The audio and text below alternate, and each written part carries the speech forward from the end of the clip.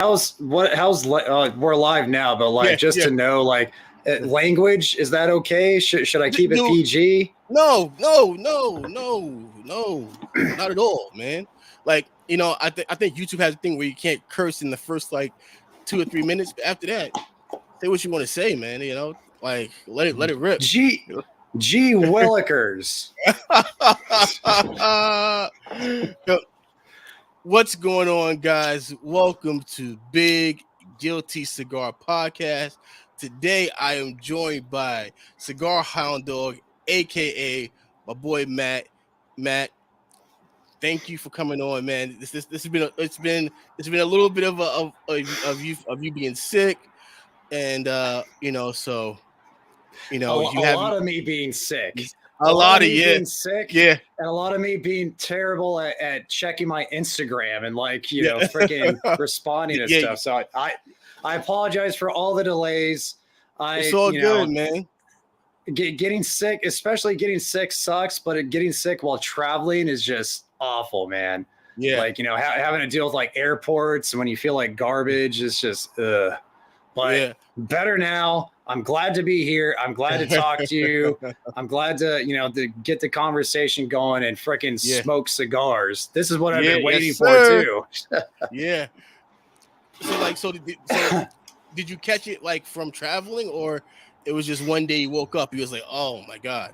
It had to have been on a plane because I got it is with this RSV thing. Yeah. I believe the incubation period's 48 hours, around 2 days. We flew in, my wife and I flew in on the 23rd, and I got sick like afternoon Christmas Day. So it was definitely on the flight or at the airport. I caught it, or, bathroom, whatever. I caught it somewhere. Yeah. It's like the planes are just like metal tubes, like cesspools. Like that's all they are, like if they, especially holiday season, a lot of kids flying too. And kids, don't wash their hands and just all over the place. So I was talking to Peter the other night, and Peter goes, he goes, kids are like germ magnets. They get sick for like 5 hours, and then they're back to their old self. It's the crazy. Bounce right back. And for us, we're like in bed for like 4 days. Like, oh my God, like what hit us? Yeah. Are you talking about Peter's Cigar Collective? Yes, sir. Okay, yeah. Have you had him on? No, please. Man, every time Peter goes, oh, I gotta check my schedule. Because you know what it is like I tell, because he knows if he comes on, I'm gonna talk about his Eagles. That's what it is. Okay. Are you Jets? Giants? No. You're Cowboys. You're Cowboys. I remember. Yeah, you're Cowboys. Yeah. Yes, sir. Oh man, so many Cowboys jokes. I remember you guys like ragging on each other. Yeah. Yep. Yeah, man. But I know. But Peter's part of the new wave, right? So it's Peter, you, Big Jim. Is Roger part of it too, or still too new? It's Peter. He's not. I wouldn't say he's a part of the new wave. He's like an honorary member. Like he's like he's what I call a cigar wizard. Just somebody who's, and he hasn't been doing it for that long either. But like he tries everything. He buys everything. What's up, Peter? Good dude in the chat. He tries everything. Super cool dude. We had him on a live stream once to moderate because I'm like, you're doing a way better job. I'm ass at moderating whenever I'm streaming. So, but we have to get him back on soon. Roger, awesome dude. We had him on our live stream on the New Wave live stream.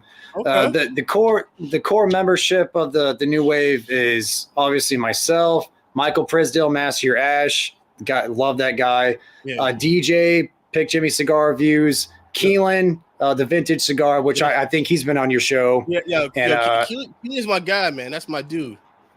Keelan rocks. I wish he would like still do reviews, but he's you know he's doing his thing, and he's still gonna be around. That's what counts. And then John Cigar Alchemist. He's also part of the new wave. Yeah. Yeah, people flowing in the chat room now. Yeah, man. Yeah. Listen, you bring a crowd, man. You know, dude. I have to say, I'm smoking one of these reds. I guess the original release. This is one of those from the sampler that Son sent me. Yes. I got those in my locker. Yeah. You know what? This thing is money. Yeah. Yes. It's you know what? It's so good, and it's kind of, and if you notice something interesting about it, it's different from the if you smoke both reds together, that one to me is a little milder. Yeah, and it's like, what did Son say? I think he said 2009. This is from. Yep. So it's gonna have the age. I could taste the mustiness from the age. They are close though. I have to say they are like very. They're similar in profile, but this you can tell it does have a bit of age on it. Yeah. It's bomb. Mm-hmm. And how's that chinchale? It's not bad. It's actually not bad. This is my first time ever smoking it. Okay. So, I've heard. So I was gonna say I've heard mixed. People who like that cigar love that cigar. People who don't like that cigar hate that cigar. So hopefully you're in the previous group. Mm-hmm. Cigar Apostle, that's cool. Yeah. He's one of my boys from TikTok, man. Okay. I suck at TikTok, dude. Like TikTok, the way their algorithm works and everything, I can't understand it. I don't know how to work with it. I suck at it. So I just stick to YouTube. You know what the funny thing? So I just got to like 800 subscribers, so I could finally go live on Instagram. I mean, Instagram on TikTok now. TikTok, yeah. But to me, like a month, of just meeting different people from the cigar community. I actually met a lot of people in the cigar community, and one thing I would say is what was very interesting was, when you're on there and you're explaining like Sanjay's methods, just about like the humidity, stuff like that, people are like really blown away by it. And I've had Sanj come on and explain it, and people, they try it out and they're like, wow. Yeah. So, people put too much emphasis on humidification, and they always like the worst thing you can do. The worst thing that you can do that is very prevalent is over humidify your cigars. Yes. Which you see a lot of guys like they're smoking at like 70, 72. It's like, no wonder your cigar's performing like crap and smoking like crap, like tastes like crap. Like you got to bring it down, bring it down to 60, bring it down to like 58. Like, try out down there. You're gonna get so much more flavor out of it. He says that. So Peter says that cigar blows. But here's the thing. How do I trust a man's judgment when he likes the Eagles and the Bruins? You can't trust the man. You can't trust that man. I love Peter, and we agree on a lot of cigars. We also disagree on a few as well. Like he like the Plasencia year of the which one's the one that you like, Peter? It's the year that the Ox. He loves the Ox. Yeah. I thought the Ox was ass. I thought it was very mediocre. Yeah. And I like the Tiger a lot. He's so on the Tigers, so it's just one of those things. Like he just put the Ox. Mm-hmm.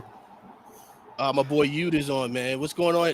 Yude is down in Hawaii, living a good life. Oh, lucky man. I'll be there in April. Yeah. I'll be there in April, but I'll be counting down the days. Listen. I need to get out to Hawaii. It's more of an investment for you guys on the East Coast. Like it's so much more easier for you guys to go to the Bahamas. Like for us, for Californians, Hawaii's our Bahamas. Hawaii's our like the Caribbean for us. Yep. Yeah. So, you know, like I've been to the Bahamas one time, man. I tell you this, those waves were no joke. Really? I've Those never been. waves, I've never been. those Closest I've been to waves, is Miami. really. Yeah. Let me say, I love Miami, but I love Miami because of the cigar culture, because Yeah. everybody's there. You know, like Yeah. Miami is one of those places where I just want to go into every shop and just talk to people about cigars. You know, Yeah. just go And into like they're so passionate about it because yeah, it's embedded in their DNA there. Same with Tampa. yeah. So actually, I'll be in Tampa in March. My oldest son, he lives in Tampa. Okay. Okay. Yeah. So I'll be down Dude, there, nice. and I've been to the cathedral down there. The El Reloj. Oh Yes, no, it was the store, yes, the yes, cigar security. Yeah, yes, for sure. yes. Yeah, it was actually really really nice. You know, That's but cool, man. you know, like I'm in like talk about the cathedral. Like I'm in the city every day, so like for me, like I don't go to Times Square. Yeah. I don't go to Rockefeller Center to see the tree. You know, like I don't do any. It's funny. I don't do any of that tourist stuff unless I'm like there on my day off, Yeah. and I'm out with my boys, and then I'll actually look around in the city, and I'm like, wow, like this is my city. This is where you live. Yeah, Yeah, dude. yeah. So So did you grow up? Did you grow up there? yeah, I grew up in New Rochelle, New York, which is like 20 minutes outside the city. Okay. So Okay. you know, so I've always been always going to Manhattan. I got hella family in Brooklyn, so I'm always in Brooklyn. Lived in Brooklyn for a few years, and now Okay. and now I find myself in Jersey, and I'm like, how the hell did I end up all the way over here? Well, So it's like 40 minutes from where I grew up, you know, in it's Jersey. not. You Yeah, know, it's a stone's throw away. But I'm sure exactly. I'm sure culturally Oh yeah. things are a lot different though. Oh You yeah. know, it's a small space, but things are probably just universes apart in certain Oh ways. yeah, but what happens is that it's a lot cheaper to live in Jersey, so Yeah. everybody pretty much commutes in. Hmm. So so It's like here we have the Inland Empire, which yeah, is like a bunch of cities inland that yeah, commute to Orange County, that commute out to yeah, LA. Same kind of deal. yeah, You gotta commute. You just gotta get used to driving. yeah. So did you grow up out there in LA? I grew up in Corona, which is Inland Empire, which is Okay, from where I'm at now. It's probably like 40 minutes east. So okay. that's where I grew up. I moved out to. Again. I see Sanj is in the chat too. Oh man. Mhm. Dude, Yeah. thank you, Saj. Thank you, man. It's been one hell of a cold, but I think Mhm. I'm on the mend. Well on the mend. Smoking a cigar, so I damn well better be. But yeah, I moved out to Irvine, which is in Orange County, with my wife a Okay. few years ago, and then Nice. we found a nice little condo here Yeah. in Laguna Hills, which is it's like one of those things where you're talking about like how you live close to the city, but you never see Times Square. You never like Yeah. really Yeah. like Yep. do that. It's like I'm probably like 10 minutes from the beach. I never see the ocean. You know, Yeah. it's like Yep. it's there, but it's like just because it's convenient for you to be there, so you just kind of like whatever. It's like growing up being the kid that has a pool. It's like what if you have a pool, you don't think to use it. But kids that don't grow up with the pool, they're like, Mhm. dude, what the fuck? Let's go swimming. Like, come on, let's Mhm. jump in. You're just kind of like, whatever. It's just that Listen, thing. listen, Matt. See, Connecticut is boring. Okay, only good thing you guys got there is Donut Delight and the Garden Catering. I don't hear nothing from you. Okay, okay, all right, Peter. Yeah. So like, I'm sure. If anything, it's more. It's the suburb, like very yeah, calm comparatively. If you yeah, like to fall asleep. yeah. So it's very interesting. So like, New Rochelle is like 20 minutes from Stanford, Okay. Stanford, Connecticut. So growing up, I would spend a lot of time in Stanford just because growing up I played rugby growing up. Ah, cool. So my men's club team was based out in Stanford. So we would have our games out there. So Yeah. from there, so we would drive from New Rochelle to Stanford, and it would take us 20 minutes with no problem. So, Yeah. but it's cool because this whole tri-state area, it's all like an hour apart, unless you're down in like Philly. Going from New York to Philly is like 3 hours, and from like Damn. Newark to Philly is like an hour. Okay. Yeah, so Damn, 3 hours to Philly. Jeez Louise. well from like where I was at in New York. Okay. First, oh my god, why is this guy? Why is this guy apparently texting Texas tourist? Yeah. There's apparently he knows who you are. There's no tourist about him. His name is Texas Vegan. Texas Vegan. Texas Vegan. All right, like that's his name. Hey. You need to go get his salad. Dude, he loves cockatoos. He loves budgies. He's very big into the parakeets. That's the other word for him. See, once it got robbed. Oh, so he must have been over in Bridgeport. In Bridgeport, Connecticut. Yeah. So Roger's on. He likes it so far. Yeah. Good to see him on. Good to see everybody interacting. It's always awesome. Yeah.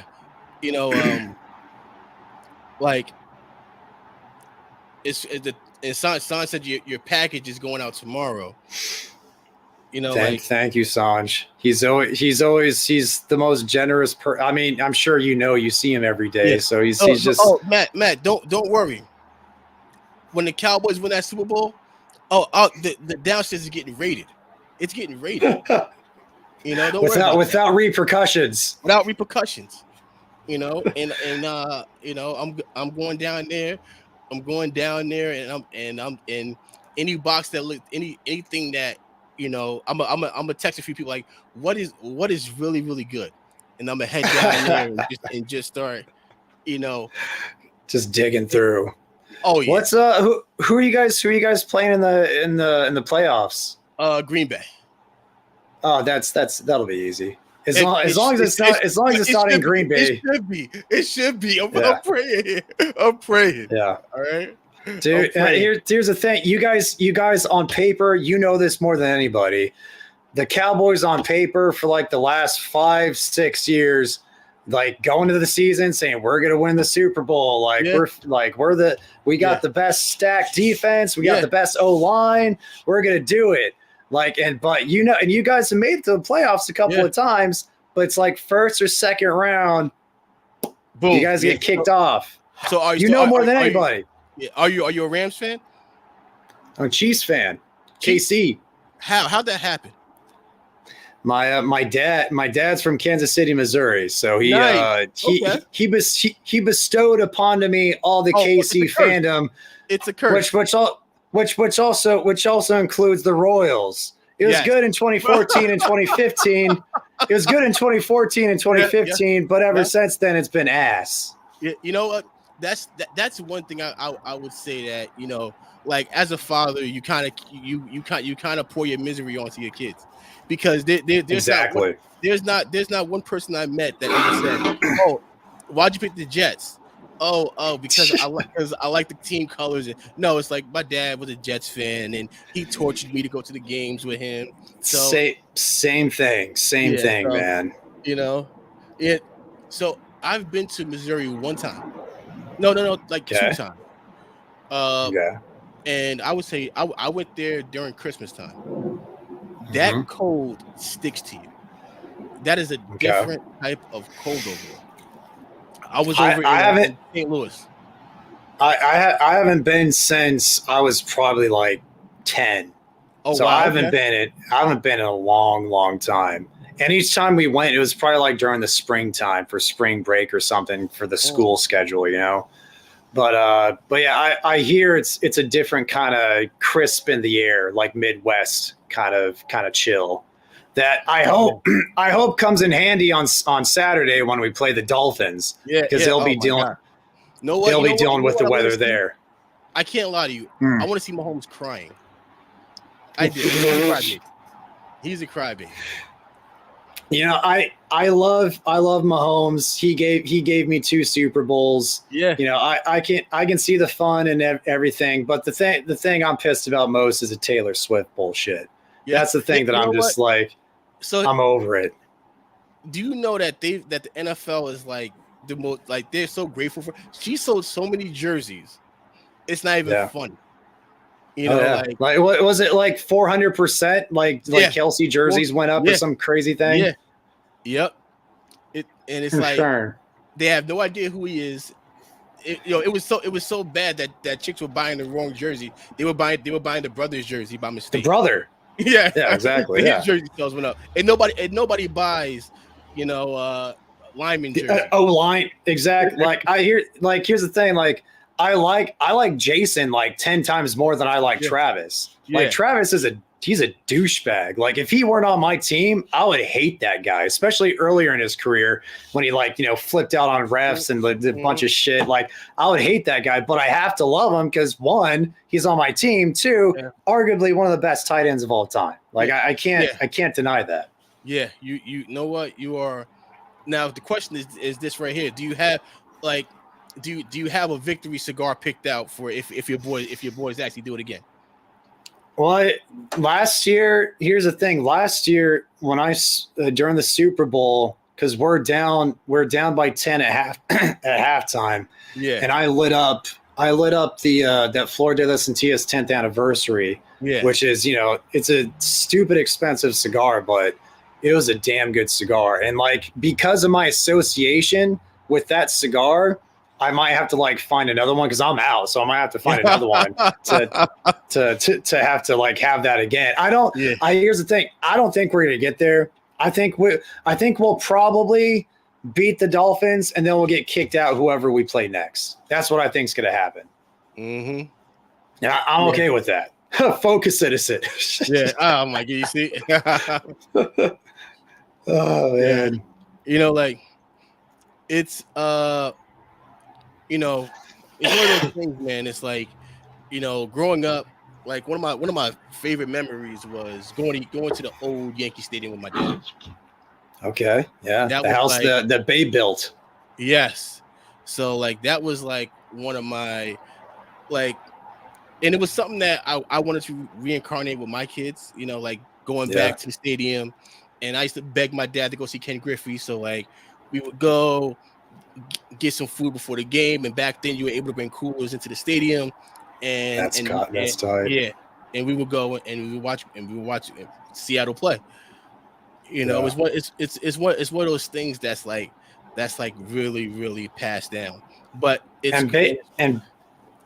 baseball is such a nostalgic game too, because there's so much history with it already, and it's a more passive game, so you can think about the nuance things while watching a game at a stadium, at home, whatever. Yeah. So did your dad smoke cigars? He here's the thing, growing up he was a cigarette smoker. Okay. Benson Hedges. That was the gold pack of those cigars. I remember those to a T. When I got into cigars when I was 21, I got him back into cigars. Nice. And I helped him kind of get weaned off his cigarettes, which I was proud of. He didn't stay off his cigarettes, but I helped him kind of tame that down a little bit. Exactly. So yeah, I remember him. Talking about cigars at that time, he said that he remembered in the 80s when he did smoke cigars, smoking a lot of Cuesta-Rey, J.C. Newman Cuesta-Rey. So that's a cigar that I'll always have I'll have a deep connection to just because of that, So you say you started smoking at 21?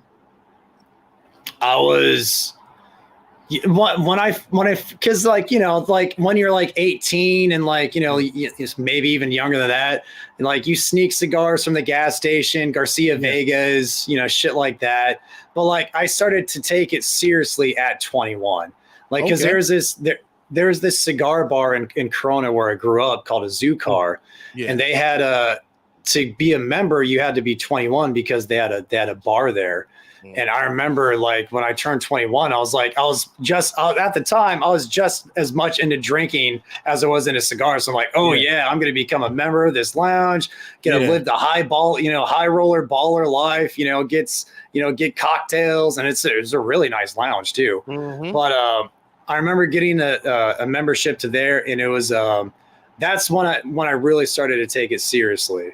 And there's been like, a couple of like, times where I'd pump the brakes on cigars and like they wouldn't be as big of a part of my life. But ever since 21, I'd say fairly consistently they've been a big part of my life, especially since maybe like my friends and I started a cigar review website back in 2013, I think, called Cigar Memoir. Yeah. So at that time, I think ever since then, I really just started to take it like not super seriously, but I really started to enjoy the hobby that much more consistently from that point on. Sorry about that. Oh, you good, man? Like you're outside, so you're outside. To mute myself. No, you outside, so it's perfectly fine. There's no problem with that. So like shit. If you can go back, if you can go back, like what cigar that's gone that you wish you can get back now? I told Sanj this, and it's the Oliva Special S. I've bitched and moaned about this to Oliva on Instagram. Like I did shorts trying to get their attention. Radio silence, nothing, which I don't blame him because I'm some little peon. Who the fuck cares? But like I try to get people to like, because you always hear about like, limited editions, like, things being brought back, old lines being brought back. It's like, Oliva, you're a gigantic company. You have the resources. You can make this cigar again. And it was every Vitola was a Figurado except one. They had a Churchill as well, but it was amazing. It was the cigar that I believe was phased out once the Oliva V became a big thing, and they started to put forth a lot more resources into the Oliva V. But the Oliva Special S, that cigar, and it's funny. It says I'm rambling now, but back in like maybe 2014, probably 2014, 2015. I remember, and it had been discontinued. This cigar has been discontinued since like 2010 or so. But I remember going into this, getting word that there's this like liquor store in West Covina. That's where it's like LA County, where this liquor store owned by a family. It's not a chain or anything, but they had a humidor, and the humidor had like shit from like way back during the boom era, and they had like this glass cabinet towards the front as well, and they had 5 Oliva Special S's in that cabinet. I didn't even look at the price. I didn't look at anything. I'm like, I'm getting those. Like, is it okay to open this cabinet? I need those cigars. And they're like $16 a piece. Like, it wasn't astronomical even for the time. Yeah. But yeah, that's the cigar where if somebody asks me if I could like out of like any like expensive insane like Bahique, whatever, like no, give me the Oliva Special S. Like that's the cigar that I just dreamed to have again. Sorry, that was a rant. Sorry, Innocent. No, listen. No, rants are perfect. That's we're here talking, so it's perfectly fine. And you guys can ask any questions you have, Matt. You can always shoot them in the comments, and and he can see your comments. So you can ask any questions you want. Yeah, I see. Sanj is still talking shit on the Cowboys. Yeah, exactly. And I have had the factory press. It's a damn good cigar. It's a very, very good cigar. I think they make it like a 6x54 box press or factory press, whatever. It's a very good cigar. LFD, man, they make some amazing stuff. Yeah. You troll soy sauce assassin. Yeah. Yeah. Listen. Tony got haters, so that's what it is. Yeah. But yeah, Tony's good people, man. Yeah, like have you well, I think a few guys from the new wave joined the Shadow Smoke Legion, which is Tony's which is Tony's group. I'm a part of it, so so we got like nice like cool coins like this, if you can see it. It's a big ass coin, man. It's bigger than a 50-cent piece. Yeah. That's dope, dude. Yeah. Yeah, I know Roger when he was on the live, or like we've talked about this at some point, whether he was on the live or not, but he said he was a part of the Shadow Smokers Legion, or he liked to hop on. Yeah, man. Like the Legion is good, man. I've been on for 3 years now. So probation, 2-year probation. Because I'm always in trouble. That's why. Big guilty. Big guilty. Yeah. So how the nickname Innocent come about? It's not. You look bashful. You look bashful. That's my real name. That's your real name. Yes. That's shit, dude. I look like a dumbass now. Shit. No. It happens all the time. So So it's my father's name, and it's my son's name. Okay. And the worst part about it is that me and my dad are like, all right, it stops with you. Like, you're the last Innocent. We're fine with just having 3. He goes, no. When I have my first son, he's gonna be named. He's gonna be named Innocent the Fourth. And we're like, oh, that's tough, dude. It's no. I mean, there's Pope Innocence, right? Like now that I'm thinking about it, because just with the society, you think about innocent as a descriptor, like he's innocent. But now that I'm thinking, like there's people in history named Innocent. So the story, so my dad was born in Grenada in the Caribbean. So in Grenada, the 28th is Innocence Day. Okay. Yeah. So that's how he got the name Innocent. That's cool, dude. For a while, I was running with the fact that there was a pope named Innocent. So I was running with that for a while because it sounds a little cooler than a certain day. But like the story itself. What's the day celebrate? I guess it's just like a religious thing in Grenada. Okay. Yeah. Well, I mean, maybe it's like for Pope Innocent. Maybe it's maybe there's like a Saint Innocent or whatever. Yeah. Well, I guess all popes are saints. I'm not religious. I don't know how that shit works. Yeah. So exactly. I'm talking out of my realm. I don't know. That's what I was told. I've been first. Like I told it was a saint. I heard it was a day. Yeah. I've heard 50 different stories. So dude, being named Matt, the most fucking vanilla, just boring ass name ever. I wish I had something interesting. Your name has a story. Your name has has intrigue. My name has a fucking floor mat. That's what my name is. Hey, Matt, think about this. Not many fights I got into as a kid because my name was Innocent. Build character. It built character. It goes, oh, well, Innocent. What's your brother's name? Guilty. I mean, yeah, that's a fucking alley oop right there. Yeah. So it goes, oh, so Innocent. If you get pulled over by the cops, we're gonna tell the cops I'm innocent.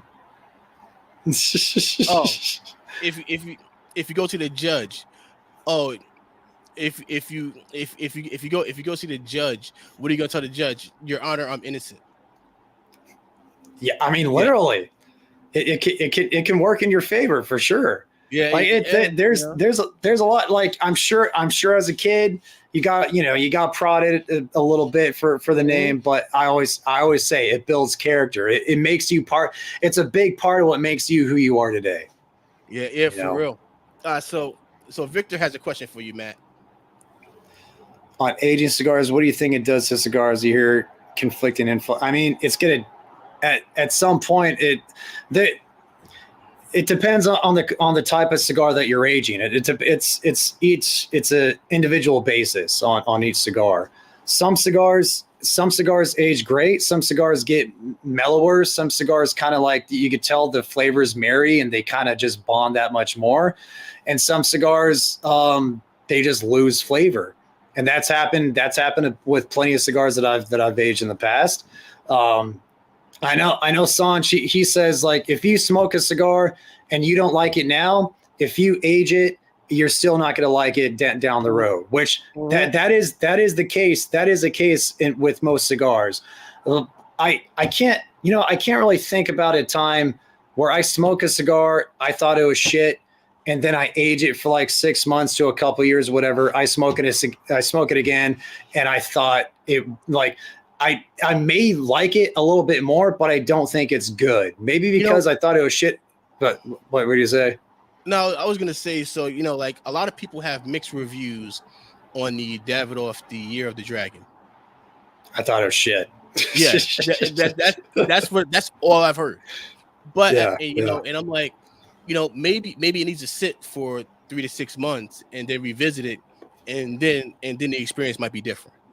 I hope that, with any cigar like that, I hope that's the case. Like, I don't want to bag on a cigar just because it's fun to do. It fucking sucks to do. Like, it's fun for people watching because I'm suffering on camera for people who like snuff films. But for me, it's just like, I don't want to smoke a bad cigar. Yeah. But that cigar, like, I have another one, and I'm gonna, even though I thought it was trash, I'm still gonna hold on to it, and I will try it in a year or two to see if it did improve. Well, here's the thing with Davidoff. It's like, if you're going to charge, what is it, $59, Yep. $64. If you're going to charge that much for a cigar, it needs to be up to snuff the second it crosses the threshold into that store it's being sold at. Like that's my opinion. Like, yes, it could get better with age, but if it's possible to be in my hand, if it's possible for me to buy it, it needs to be ready to go. Yeah. And I feel the same exact way. I feel like I shouldn't have to wait. It shouldn't be rushed. Like it shouldn't be rushed. The second that it comes in that box, I should be able to cut it, light it, and smoke it. Yeah. I feel bad. I feel bad for the people, like, I know Peter, Cigar Collective, he bought a box. And Roger as well. He bought a box as well because they're Year of the Dragon, so they bought boxes. So, like, I understand, like, but like at this point, that's all they got. Like, that's all they can do. It's like you have no other choice but to wait or resell it. Yeah. Well, Peter was nice enough to send me one, so I got one here. And, nice. Have you tried it yet? No, I haven't. Haven't tried it yet. So I'm gonna wait. I'm trying to. Sorry. I'll say. I think I remember somebody smoking that and liking it. I forget who though. I totally forget who though. But yeah, I would say this: if a person likes that cigar, and 9 out of 10 people saying it's a shit cigar, at least in my opinion, you have to challenge that person's palate. You gotta be like, yo, what are you smoking that makes you think that that cigar is good? I think it did have a unique profile in the sense, like, through the retrohale, I got this distinct wasabi spice, which, different people discern flavors different ways. And for my palate, the way I picked it up, I called it a wasabi spice. Maybe somebody really likes fucking wasabi, so some shit like that.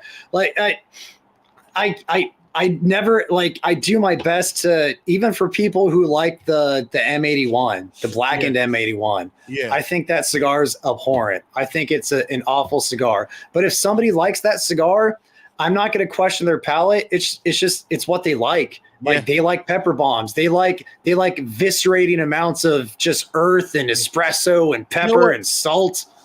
It's pretty interesting you say that, because I like the M81. But I do not like the H99. I think the H99 is a horrible stick. What You know, what size? What size is the H99? What size you smoke? I smoked it in the Toro, but I also smoked it. Actually, won a couple in that freestyle live before they announced it. Okay. Yeah, and I was like, Papas Fritas, whatever. Yeah, I was like, nah, this is garbage.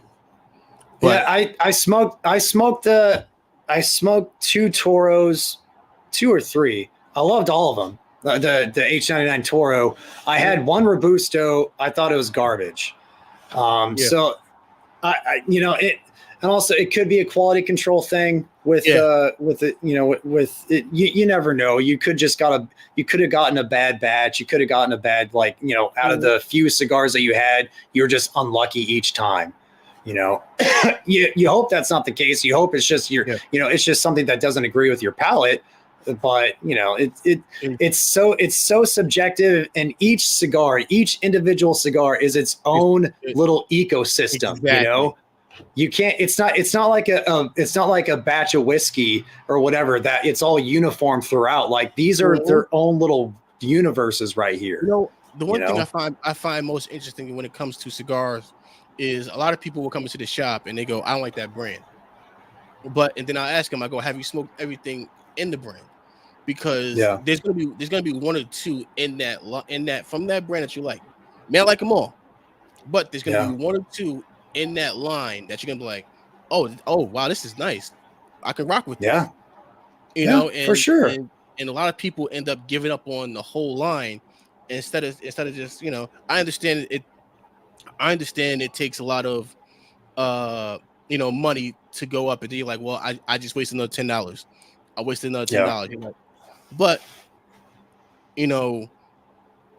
out of 16 cigars, you should be able to like 2 or 3. Yeah. Dude. Like I don't like AJ Fernandez. I don't like the majority of his cigars because I'm a wuss when it comes to pepper. AJ Fernandez makes pepper bombs. Same thing with Espinosa. Same thing with Espinosa, 601, all that stuff. But there are a select few AJ cigars and Espinosa cigars that I really enjoy. It's just like the mass of their portfolio. I'm not going to get down with, but I can. I've had the luxury of being able to try fucking more than I like of AJ Fernandez cigars, but I've been able to find the ones that I like. It's not an AJ Fernandez cigar per se, but it's blended by him and made at his factory. The El Pupo, the Artesano del Tobacco, that cigar is really good. And it's an AJ cigar, essentially an AJ cigar. Yeah. That's the thing. You'll always find at least 1 or 2 in the line that you'll like. Yeah. And so people like dog on Davidoff. Just because they're seen as being like the white label, mild as hell, way too expensive. I dog on Davidoff for being expensive too. But it's I know Davidoff has been a company that's been around for a long time, and they've been around for a long time for a reason, because they make some fucking good cigars. Yeah. There's certain Davidoffs that are some of my most favorite cigars of all time. Yeah. There's something for everybody out there within a portfolio of one brand. I think when it comes to Davidoff smokers are Davidoff smokers. That's their thing. Yeah. I feel the same way with LFD. People that love LFD stick to LFD. Yes. People come into the shop and they won't look at anything else. They'll go right to the Davidoff case, get their Davidoffs, ring it up, and they're out. Certain people come in and they'll buy the LFDs, come in, and they're out. And we have people that come in and buy asylums. Yeah. And they'll come in, they'll buy their asylums, and that's all they buy. 770, 880s. 770 and up, baby. 770 and up. They come in there, they're like, yo, you got anything bigger? I'm like, I think we got an 880, I told one guy, dude, you got the sorry to interrupt, but the JF the lunatic, they got that 10 by 100 shit now, so you could try that. It was one guy, he came in one day, and he was like I love these. He's like, do you have anything bigger? I said no, but if you go online, Asylum sells a 9 by 90. He goes, his eyes were like this. Like I was like, you go online. I think, and I was like, I think it's called the April Fools. If you go online, look up the April Fools, you'll be able to find it. It's a 9x90. Yeah. So, dude, I bought that cigar. I bought that cigar with the intention of smoking it for the channel to get views. I bought that cigar. It was delivered to me. I it comes in a coffin. I look at the coffin. I'm like, this is a pretty big fucking coffin. I open it up and I look at it and was like, nope, I'm not smoking this. I don't have the time. I don't or the gumption to do it. Well, you know what? It's like you look at it like certain things don't, but not. I'm not putting that in my mouth. Dude, no, yeah, man. It's just like it. There's that. Like it's such an uncomfortable. Like it just seems like I'd get lockjaw smoking that damn thing, and you're smoking it for like 6 hours on top of that. Well, I've met two people that have smoked the woody. Oh my gosh. Yeah. What's the dimensions on that? It's like 2 feet long, right? Yeah. Yes. Yeah. Like the woody is like this big, and it's like a 7-hour smoke. Jesus Christ, dude. Yeah. No. Yeah. Not even if I had the time. If somebody would have to pay me like $2,000, like just to kind of grit and bear it to deal with that, because it's like I'm not going to enjoy that. Like that's work. That's a little work right there. Mm-hmm. Oh shit, dude! Thank you, Sanj. Damn, freaking Sanj, man. No. What it should be is it should be thank you, Sanj, for giving me one, an innocent one. Thank you for spreading the love, Sanj. Spreading the love. Thank you. Thank you for spreading the love. Man. But that's the thing. It's like and they said after they smoked that cigar, after like the first hour and a half, it's just bitter. Yeah, because of tar buildup, probably. Yeah. No, thank you, man. No, thank you. So how long have you been smoking for? I would say about 4 years now. I started during COVID. Okay. Yeah, I started during COVID, and now on a weekend I could smoke like 6 cigars on a good weekend. I could smoke 6-7 cigars, and it's just been it's been, and especially dealing with Sanj, like I'm always trying new stuff. I'm always learning new stuff, and and so for me, like the cigar experience is something that I love. I love learning about new cigars, trying new cigars, and especially like the second he gets anything new in, I immediately go up and I'll buy like 5 of each of everything new that he got in, and I'll try them one by one, because at the end of the day, if somebody comes to the shop, I want to be able to describe the cigar to them. Like we got warped in, and the one thing I learned about warped is pepper bomb. They can be, because a lot of them are made at I think the majority of them are made at Aganorsa at Tabsa, which they can make some pepper ass cigars. Mm-hmm. So so mostly everything that comes in, I get my hands on, I try it out, and to understand like, okay, like this is what this is what that is. So it's great that I actually get to sit, I actually get the privileges of just going there and trying out different stuff and being able to expand my my cigar Rolodex, as you could say. You're a toy collector who works at Toys R Us. That's essentially what. Here's the thing. I don't work there.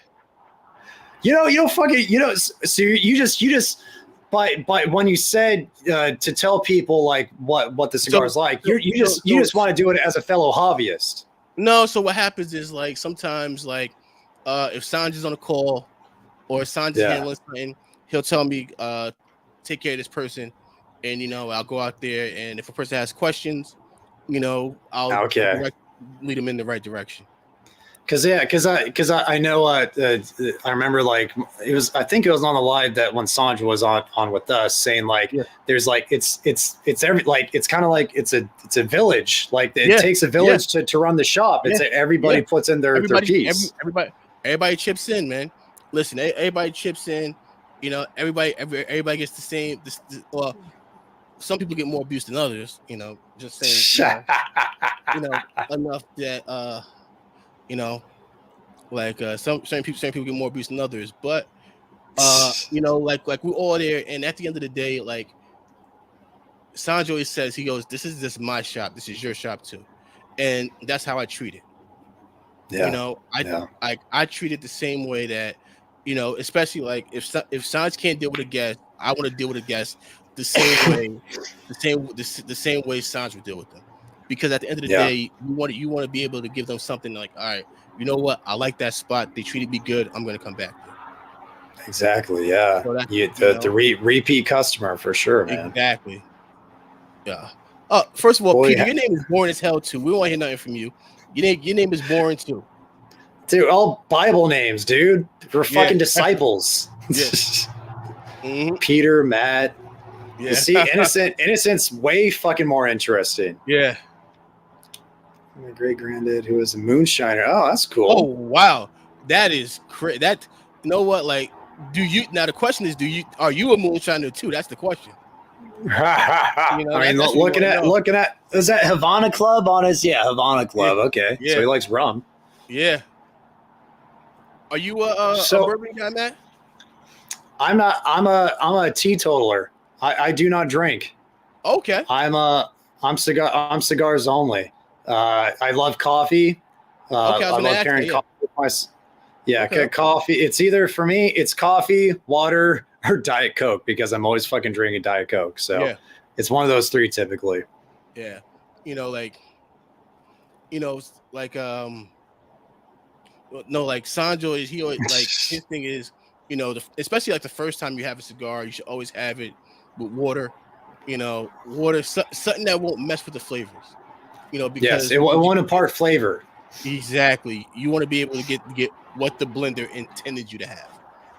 Yeah. Like anytime I do a review, I drink water. I love my favorite pairing with cigars is coffee. I never pair with coffee. I just stick to water to not impart flavors onto the cigar, to not sully like any flavors that the blender may intended me to try to have. Dunk. First dunk. Dunk. That's a hell of a name. So I'm pretty sure. Well, I'm gonna dunk on you. Exactly. Yeah. If you're playing pickup growing up as a kid, I'm sure you got that a lot. Those 4 generations though. Yeah. Hey, that's cool. Like four generations of moonshiners. That's pretty cool. Yeah. That'll go. You know. So go for it, man. Go for it. Since being into cigars for 4 years, did you start by with the hobby by going to Sanj's? Like how did you kind of navigate and go to like migrate to Sanj's? So when I first started smoking, it was during COVID. So I went to a shop that was open. First thing I did was I did hella research before I smoked anything. I was on TNT cigars, addicted for 2 weeks before I picked up. Before I even did anything for 2 weeks, I was just learning about, you know, how to smoke a cigar, you know, and watching Tim Swanson, and you know, from there, my first cigar was it was a flavored cigar, it was a Jewish State flavored cigar, because I wanted to learn. Cuba? Nah, Cuba? No, the Isa de la Sol. Oh, dude, no, that's not a bad cigar. I've actually, it's really affordable, and it's not bad. It's not bad at all. So, and so just going from that, and then my second cigar was Leaf by Oscar, and then my third cigar was one of their house blends that they had. But you know, the reason and the flavor cigar was really just to make sure that I wasn't coughing up a lung every time I smoked. Yeah, for sure. This gives it mild. Yeah. So, it's one of those things where, I think once you get into it, it's kind of like, it's like I also collect fragrances. So in my house, I have Okay. like 80 different fragrances in my house. Okay. So cigars and fragrances are my two things, and I'm always online looking at what's new, what new scents are Yeah. out, so like those are like my two big things. And And it's probably like it could have. I'm guessing. I've never been into fragrances, but I guess there's like subtle nuances between a lot of fragrances that may have like helped your discernibility with cigars as well, because there's oh a lot yeah, of subtleties with yeah, each, right? yeah. So the thing with fragrances is that, like, you kind of break them down into categories as far as summer, winter, fall, Okay, seasonal. spring, Okay. seasonal, summer seasonal. Some you can wear all year round. Some are considered Yeah. masterpieces, and some I've bought them, never even worn them. Okay. Never even worn them that one time because I'm like, nah, I don't like this. So, Okay. it's and then there's some that you want to wear for weddings, dates, because I think I think one of the best things is like when somebody says, "Oh, what do you got on? What are you wearing?" Yeah. Yeah. That's like, Because it piqued interest yes, so for sure. like me and a few of my coworkers, we could sit and talk fragrances for 2 hours. We could talk notes. We Jesus. could talk, yeah, like we could talk notes. We could talk about the dry down. We could talk about what you know like this one's overhyped. Why does this one cost so Yeah. much? Like, for instance, like any like Tom Ford or Parfums de Mali or Bond Number 9, those are all $200 and up. Jesus, dude. Yeah. Damn. hmm So, and there's some that people love that I can't stand, like Chanel Blue. Hate Chanel Blue. Okay. And Okay. people love Dior Sauvage.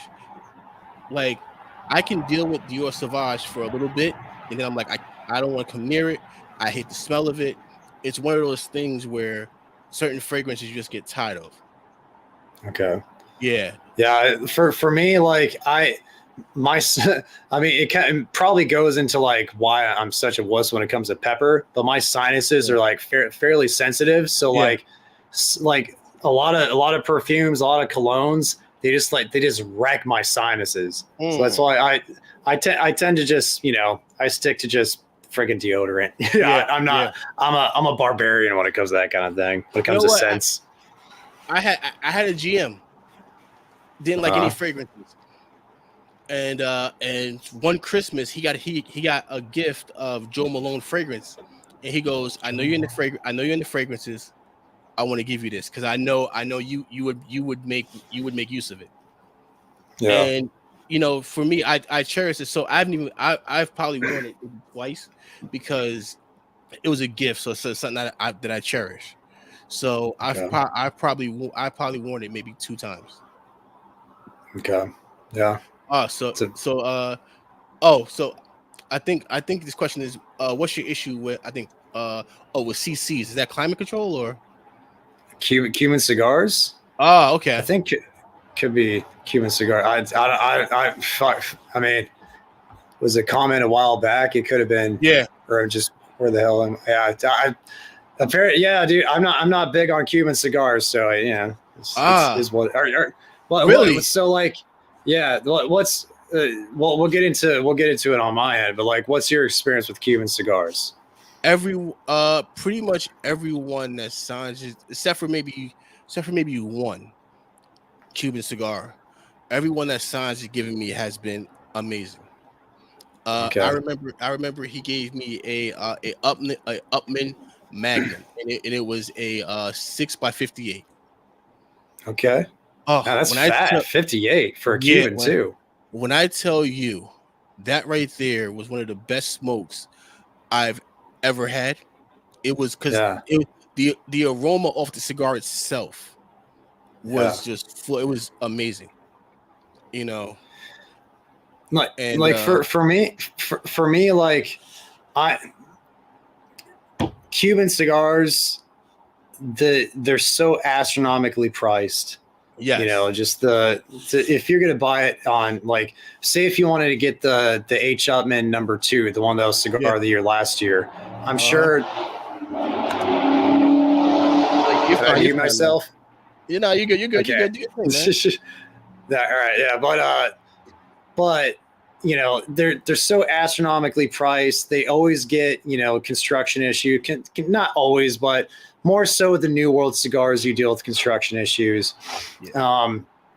And they're like, I'm confident that with Cuban tobacco, under the best circumstances, they can make a cigar that could be the best cigar I've ever had. Like, I'm confident the quality of tobacco, the quality of the soil that's there, the processes that they have there in Cuba, where it all started, for this kind of level of production.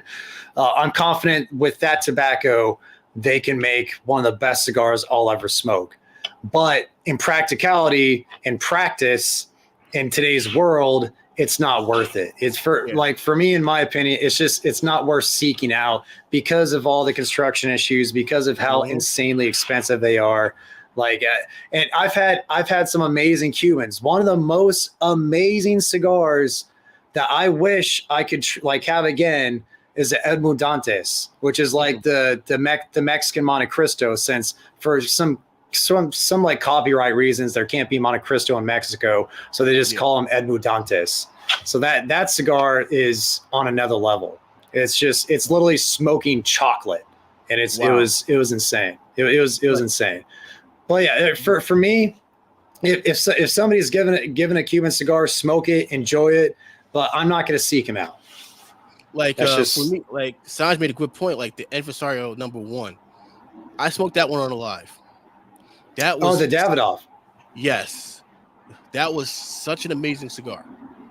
It was so good. As like, I don't smoke a lot of Davidoffs. I can admit that.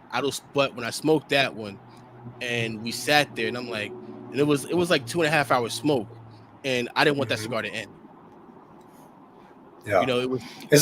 Was that the one that's like 8 1/4 inches long, or like some Yes. Oh my god.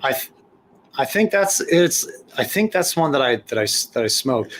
It wasn't, if it's the same one, it wasn't bad, but I did get a little bit bored by the end. But different smokes for different folks, man.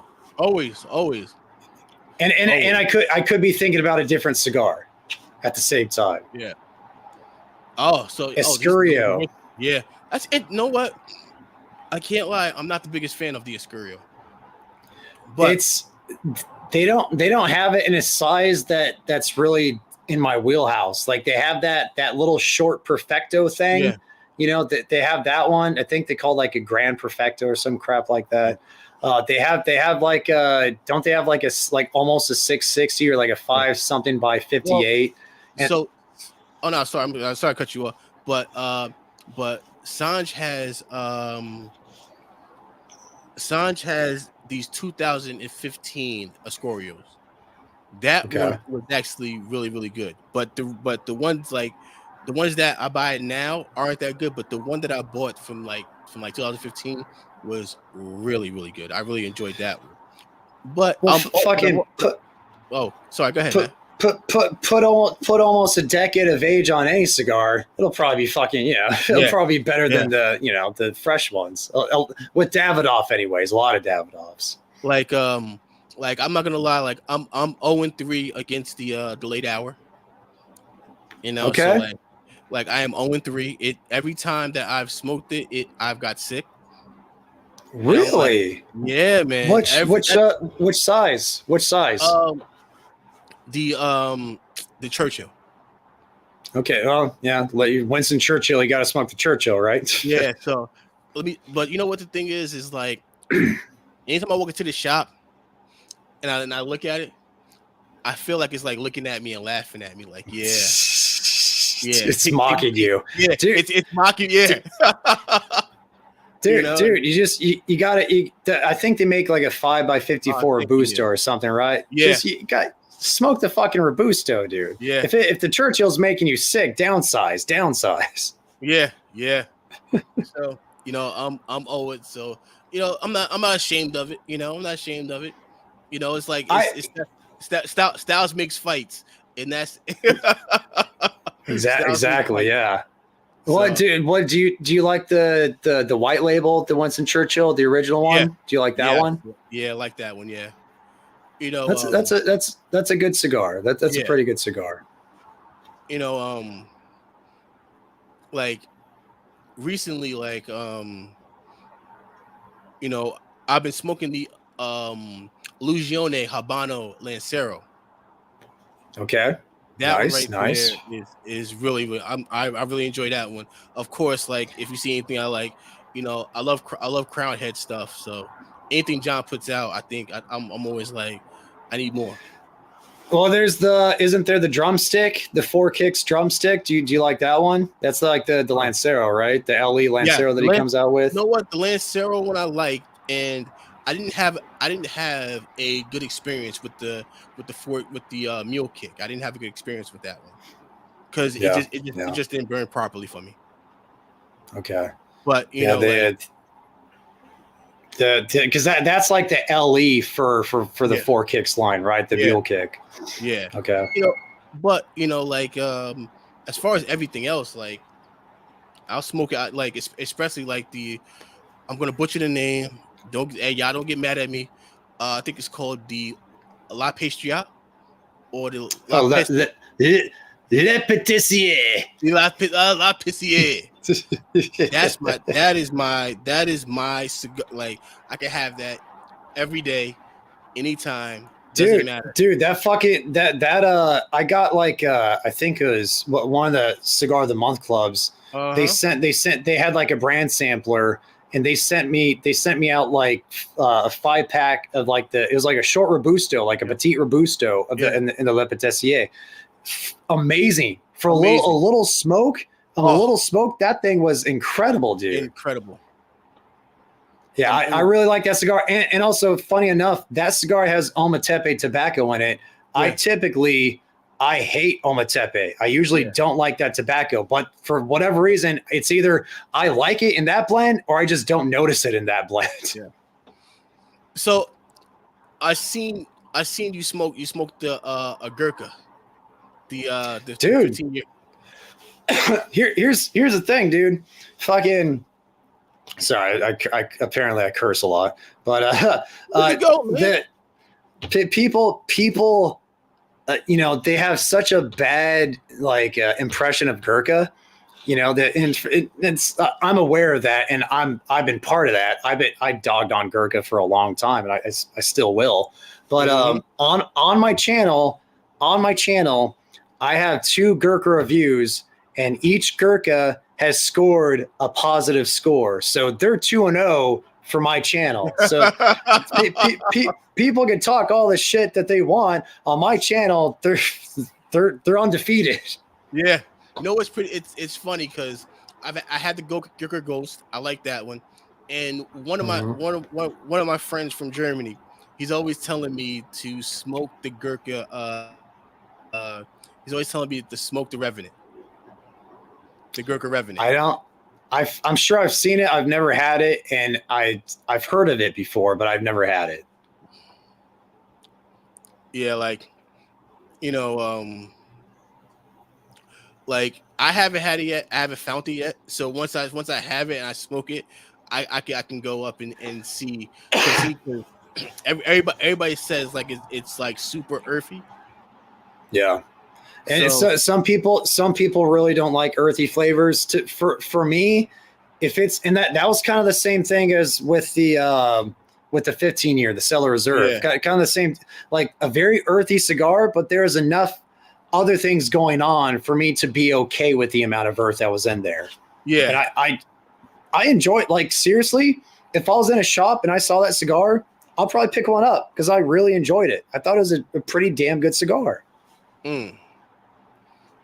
Oh, so CI. So is that Cigar International?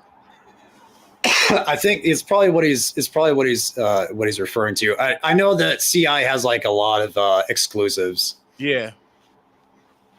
That's where like the Man of War started. Yeah. It's like it's essentially a CI.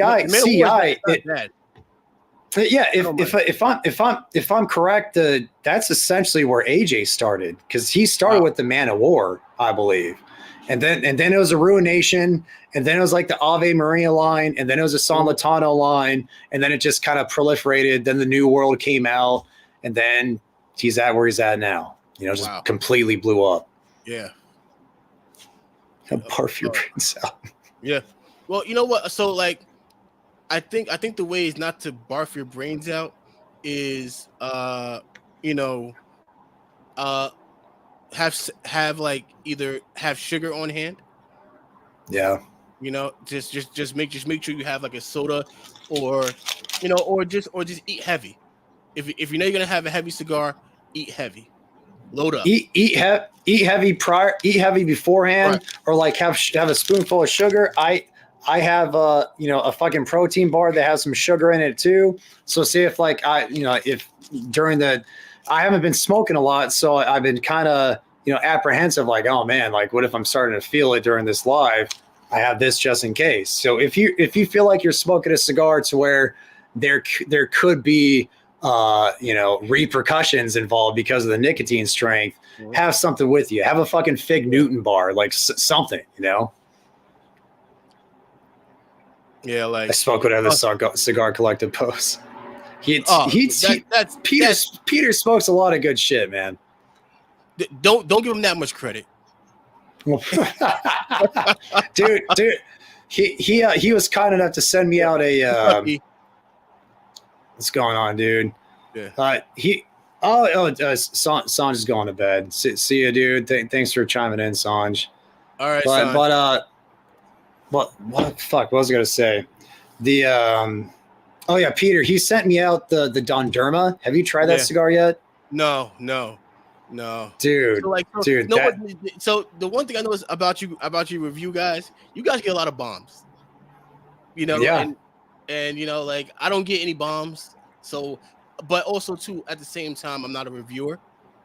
So, you guys get a lot of bombs. So you guys are able to try a whole lot of different stuff. Whenever this is over, send me your address and we'll change that. We'll change that. Oh, we'll change that, man. Thank you. It's like there's a lot of one of the best parts about this hobby, and Peter will agree with me, Sanj will agree with me, is sharing the experience of a cigar that you love with people who with your friends, and trying to mimic and try to make a facsimile of that experience for your friend to have them experience what you had. So that's like one of the biggest enjoyments that any hobbyist gets, is just sharing what they love. Oh, so we got a fragrance question here. So sorry, real quick. So in Acqua di Gio, I love the original and I love the Profumo. So the Acqua di Gio Profumo is one of my favorites. My dad had a bottle of it, and like I was this close to sneaking it in my bag, and and somehow, some way he went and checked my bag before I left his house. And I'm like, you don't wear it? He's like, doesn't matter. So like Acqua di Gio makes very good. They make very good fragrance, and they're affordable fragrances. You can get everything from Acqua di Gio for like under $150. Oh shit! Nice. Yeah, so the most extent I have with fragrances is aftershave. When I was a kid, my uncle gave me a bottle of Stetson aftershave. Oh, wow! That's all. That's all I have, dude. It's fucking Stetson. Wow. So like here's the thing. So like I feel like Blue de Chanel, it doesn't have the I would say it doesn't like have like that volume to where like when you walk past somebody they can smell it on you. And Dior Sauvage, and the problem with Dior Sauvage is everybody owns Dior Sauvage because it's always on everybody's top 10 list. You know, so like everybody rates that cigar like it's a masterpiece. I do love the new Dior Sauvage Elixir. The Elixir to me is so fire. That right there is probably one of my favorite new fragrances of last year. You know, Okay. Here we go.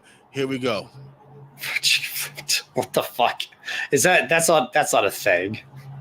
A Dunhill.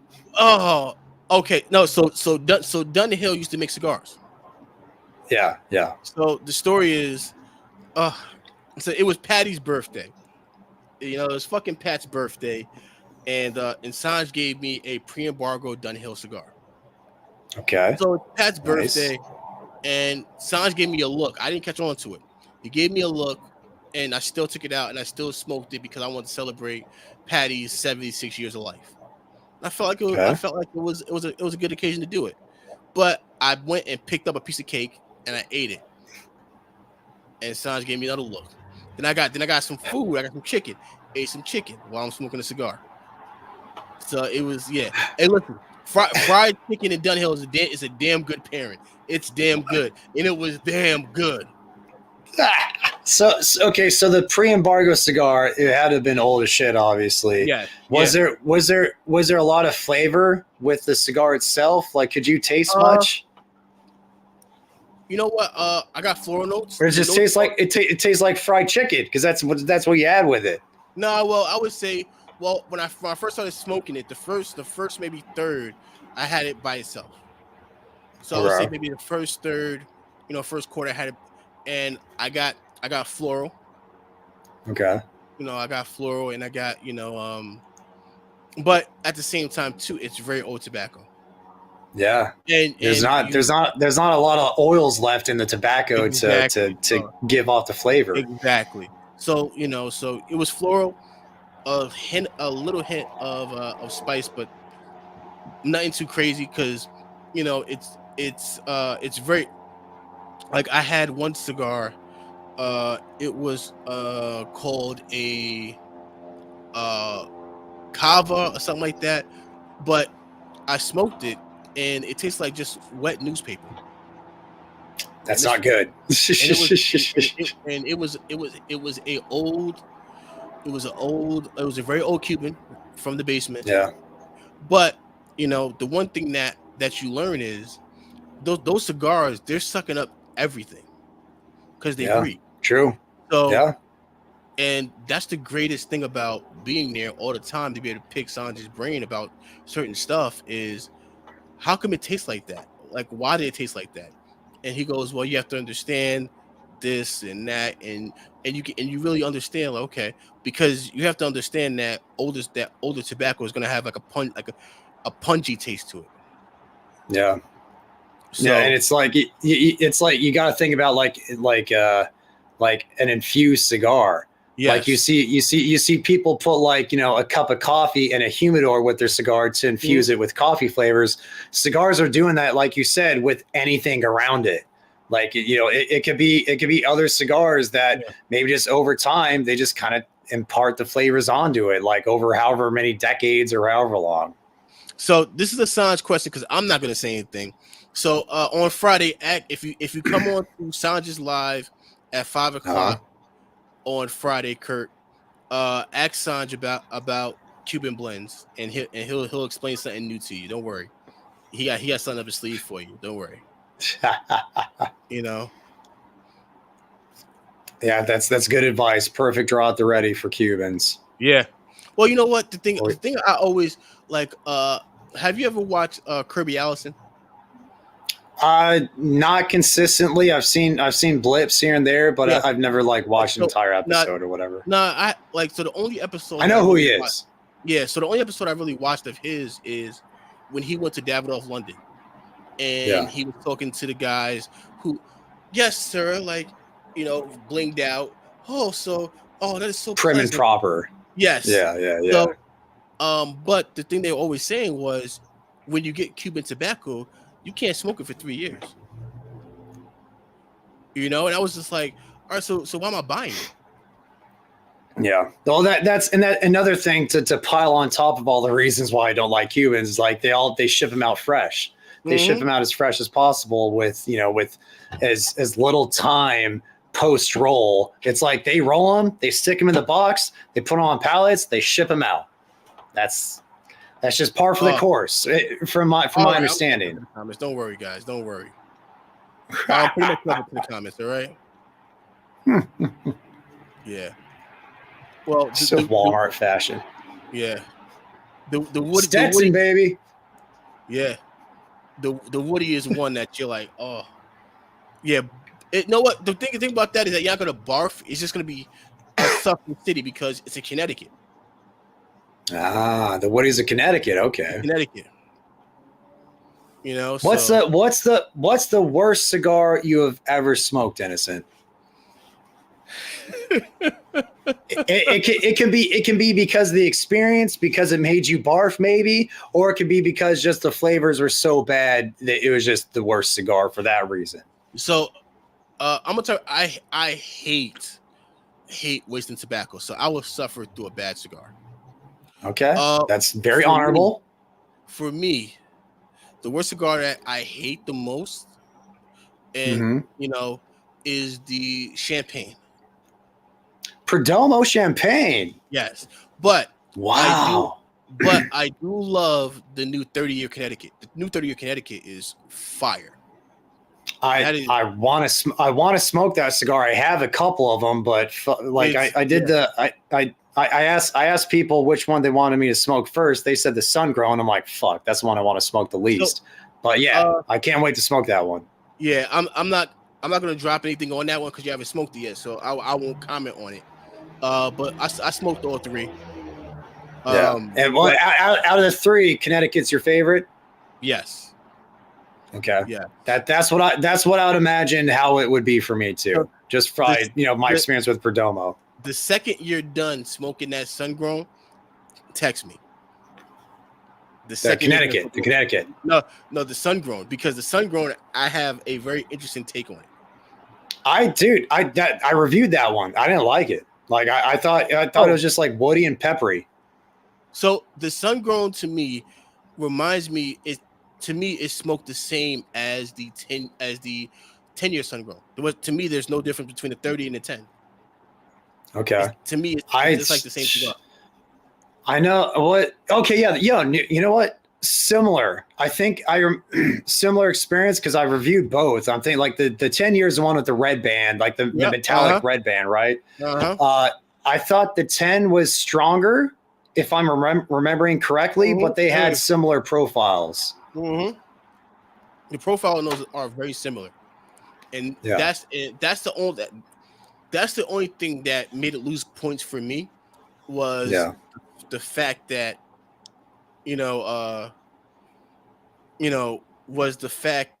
they tasted so similar. I was like, but because actually, have you smoked the Maduro yet? No, I haven't smoked the Maduro either. Okay, so that's the only thing, is that it reminds me a lot of the. It reminds me a lot of the 10-year. So to me, I'm like, but I do like the 10-year. So the 30-year Maduro, did that remind you of the 10-year Maduro?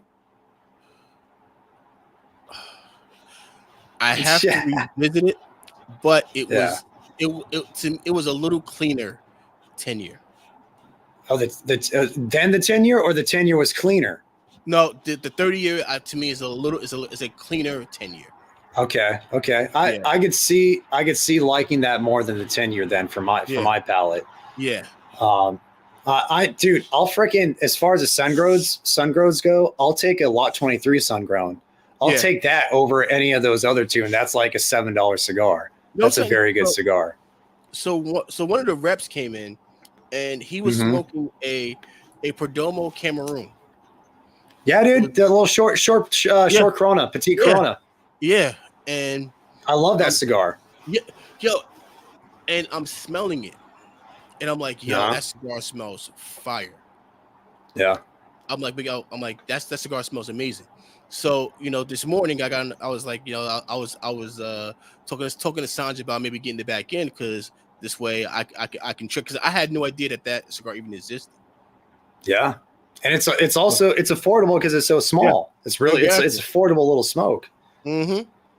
But yeah, the only reason, because Perdomo, they only make it in that one size. And you may already know this. The only reason they do that is because they can only get so much Cameroon leaf, and the Cameroon leaf they can only make that size, that little petite Corona. Yeah. It's a delicious little cigar. Yeah.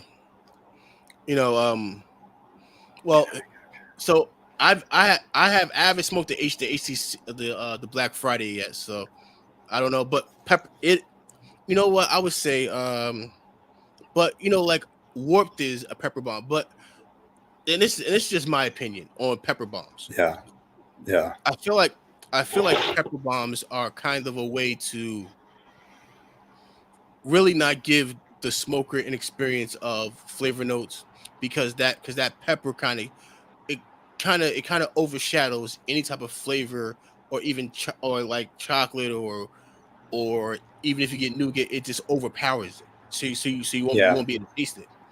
Because when you retrohale it, that whole pepper is just gonna kill everything. Sensory overload.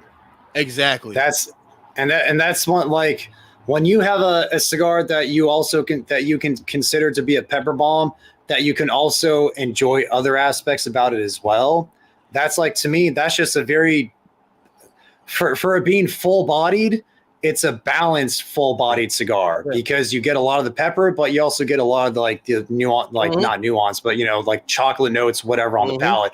For me, I did notice, I think I noticed at the very beginning, especially that Black Friday, the HBC Black Friday, it was peppery, but it was so chocolatey on the palate, it made me kind of be okay with the amount of pepper, and I'm a wuss when it comes to pepper. Yeah. I don't mind pepper at all. Like, I love all the warheads. I love the 601 blue. The 601 blue, I can smoke that one. What about the green? What about the Oscuro? So, man, you know what? It's sad. It really is, because like, when I first smoked the green, I loved it when I first smoked it. And then I went and revisited it, and I didn't like it at all. It's that, and I think it's called La Punta. It's like a short perfecto, and that 601 green. That cigar, that was actually like one of the first boxes I bought back in probably like 2008, 2009.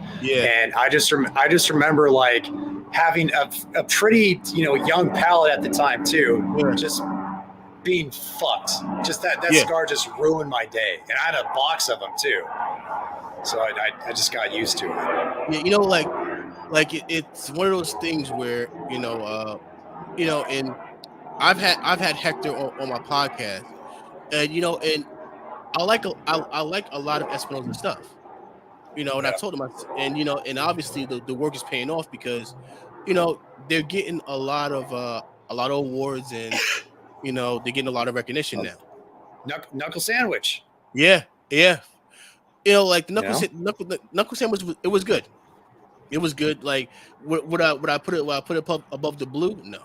Like, to me, no, I don't like the knuckle sandwich at all. I thought it was, for me, it was way too peppery, but it's getting them a lot of recognition.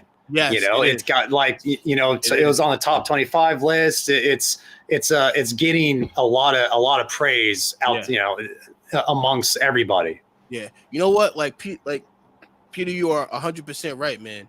That damn that foundation tabernacle. You know what, man? It's really funny, because like Nick is really putting out a lot of good stuff. Like, what's your opinion on foundation? Love them. I mean, there's some cigars that just don't jive with my palate, but across the board, I give foundation an A. Like, and the amount of variety that he comes out with, and the amount of just high quality cigar experiences that he offers is right up, in my opinion, right up there with the best of them. Yeah, and it's kind of and it's really crazy just to think on, especially like with these new cigar brands that are popping up. You know, with these new cigar brands that are popping up, and you're like, man, these new cigar brands can go toe to toe with the big guys. Yeah. So no, for sure. But you also have to keep in mind Melillo's been at it for a long time. He has a lot of acumen, you know. Yeah. Have you tried the Night Commander yet? The new Tabernacle? No, I haven't. I haven't tried the Night Commander or the what's the other one? It's the Night Commander. Matapa? No, I tried the Matapa. I tried the Pasquale. Those two are fire. I like those a lot. It's a Pegnataro. Pegnataro. That's another one. Which one's that one? I think the Pegnataro is the Connecticut of the new Charter Oak. That came out. Yeah, I like that one. Yeah, I had that one. I like that one. You know what? The only issue I have with it is just that it's called the Charter Oak, so some people might not take it as serious as it is. Okay. Yeah. Because it's a, you know, people who know, like, think of Charter Oak as a you know, budget blend, as a budget line. You know, and a lot of people may not be up to paying more because they are more expensive than the original line too. So it's like, you know, some people might pass on it saying, oh, this is a new Charter Oak. He just went up on the price. And it's like, no, this is totally different from the regular Charter Oak, even though I do love the Charter Oak Maduro Lonsdale. The Lonsdale, okay. Well, I've had the chocolate bomb. I've had it in the Toro. I haven't had it in the Lonsdale yet. Yeah. Like the Lonsdale one is like when we got those in, I was buying like 10 at a time of those. Damn, dude. Yeah, those to me were like super good. Oh, and the Senators, the other one you haven't tried yet of the Foundation. Yeah. You know, like because my budget is like 15 and under. You know, that's like a $30+ cigar. Yeah, you know, and it has to be like a really good reason for me to go above that. Yeah, you know. Yeah. So, and you know, for me, it's not justified. Like, I don't see a reason for it. I don't care if it was touched by the hand of an Ethiopian prince. I don't care. You know? Dude, the Senator is overpriced. I'm gonna say whatever. Like, you're fine if you don't ever try that cigar. The Night Commander, it's even more expensive. It's like $40 MSRP. $40, here's the thing though.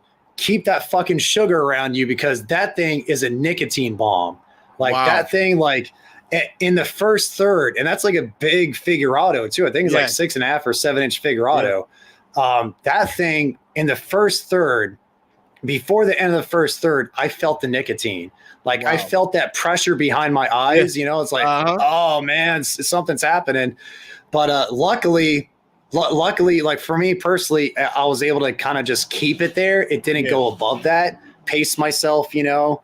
But watch out if you ever. It's very good, very enjoyable flavors. A lot of chocolate, a decent amount of pepper. It's very balanced, but that nicotine, watch out. It's either that or buy it and then put it away for a couple of years. That's my opinion.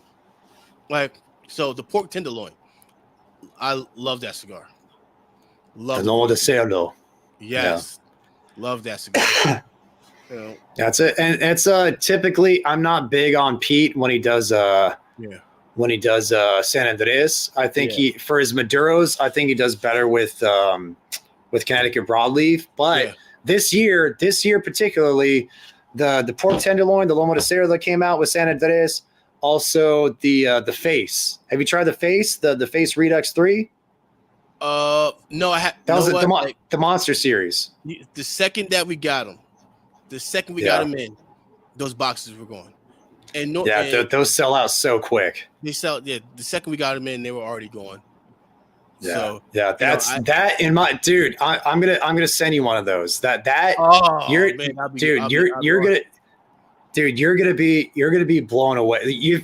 I thought the pork tenderloin was good. yeah. This face blows it out of the water, in my opinion. Wow. You know what? But I liked last year's Monster Series cigar. Which that was a drac, right? Yes. With I thought, the black and red band. yeah. To me, I thought it was okay. I just I don't know the Ecuadorian Maduro that he used, the wrapper just didn't jive with my palate. I still have a box of the or partial box of those, but it just didn't really. But this for me in my palate, it was the face Redux 3 that did it for me. Yeah, like a couple cigars that I always say like the RSCA Cameroon is like one of my go-tos all day, every day. I can smoke that Sanj was gracious enough to send to give me a pack to send out to my dad. That's tight. I don't know, like I'm a big family guy, because family's everything to me. And and one of my favorite experiences was actually like smoking a cigar with my dad for the first time. Yeah. That was Beautiful. And even though he only smokes like maybe a little bit past the first third and then he's done. Yeah. I've seen that plenty with people who don't really smoke that often. Exactly. And so, I'm here and I look at it and I'm like, nope, I'm gonna send it to my dad. That's cool, dude. Nope, I'm gonna say no. Then it goes, maybe I should send him 5. No, 5-pack, dude. Yeah. I'm like maybe you know what? Maybe I'll just send him 10, and he'll be fine with that. So out of all the Sanj stuff, out of his whole portfolio, what's your favorite? Can you pick a favorite? So the order for me, goes the RCDA Cameroon. Love that. The red Toro. Not Toro, no. The red Robusto. That's like for being such a short cigar, the amount of flavor shifts. Yes. To me, it started out like syrupy, then it became chocolatey, then it became like apple. Like it's just so many different transitions in such a small cigar. Yeah. So, then I would go from there. I would go to the Industry Killer Habano. Yeah. Then from there, I would go to the black, but a 5x5. The 5x50 black to me, it's it's so, and the reason why I like it because you get so much more of the wrappers, So that then from there, I would go to Connecticut. Okay, I love the Connecticut, dude. Yeah, amazing cigar. So fire. I would go with the Connecticut. Then I would go with the RS88 Habano. Okay. And great smoke. Then I would go with the 754 black. The black. And then a Lancero. Then I would go with the RS88 Maduro. Well, sorry, no. The Industry Killer Maduro. Then the OG. No, let me tell you, man, that one right there, still to this day, like I still smoke those like candy. Yeah, the original. The original. Still smoke that one like candy. Those are damn good. It really is. Then, honestly, like out of, then it's like the 654 black, but like the Cameroon Lancero is up there for me also. But the least on my list would probably be the Toro of the red. No, but the only reason I say that is because the Robusto to me is so good. And it's like, I can imagine you, like, for it being a shorter cigar, you can get as much you can get as much enjoyment out of that as you can a Toro. Exactly. And yeah, you know, like that one right there to me is like I can like probably like a lot of times my first cigar of the day is probably the red Toro. I mean the red Robusto. Robusto, okay. And then from there I'll go into everything else. But you know, having the Lost and Founds and like the Matapa, not the Matapa, Yeah. no, it's the Matapa is Foundation. It's the Foundation. hold up. He's just like pull one out. This one. Mel Pritos. The what? Mel Pritos. The Lost and Found. Oh, okay. Lost and Found. Okay, Caldwell. Yeah. You know, never had one. So are you pretty big on Caldwell in general? On Caldwell stuff in general? I wasn't, and now I'm really starting to like a lot of Caldwell stuff, like the Guns Gold Girls, or you know, that Lancero. The triple G is fire. I love the Chico White that Chico Rivas made. You know, the one thing I learned one thing I'm learning is that pretty much every blender has a signature. Like like if you smoke it, you can be like, all right, I'm like, it's a good chance this blender blended this cigar. Yeah, because like you said, a signature.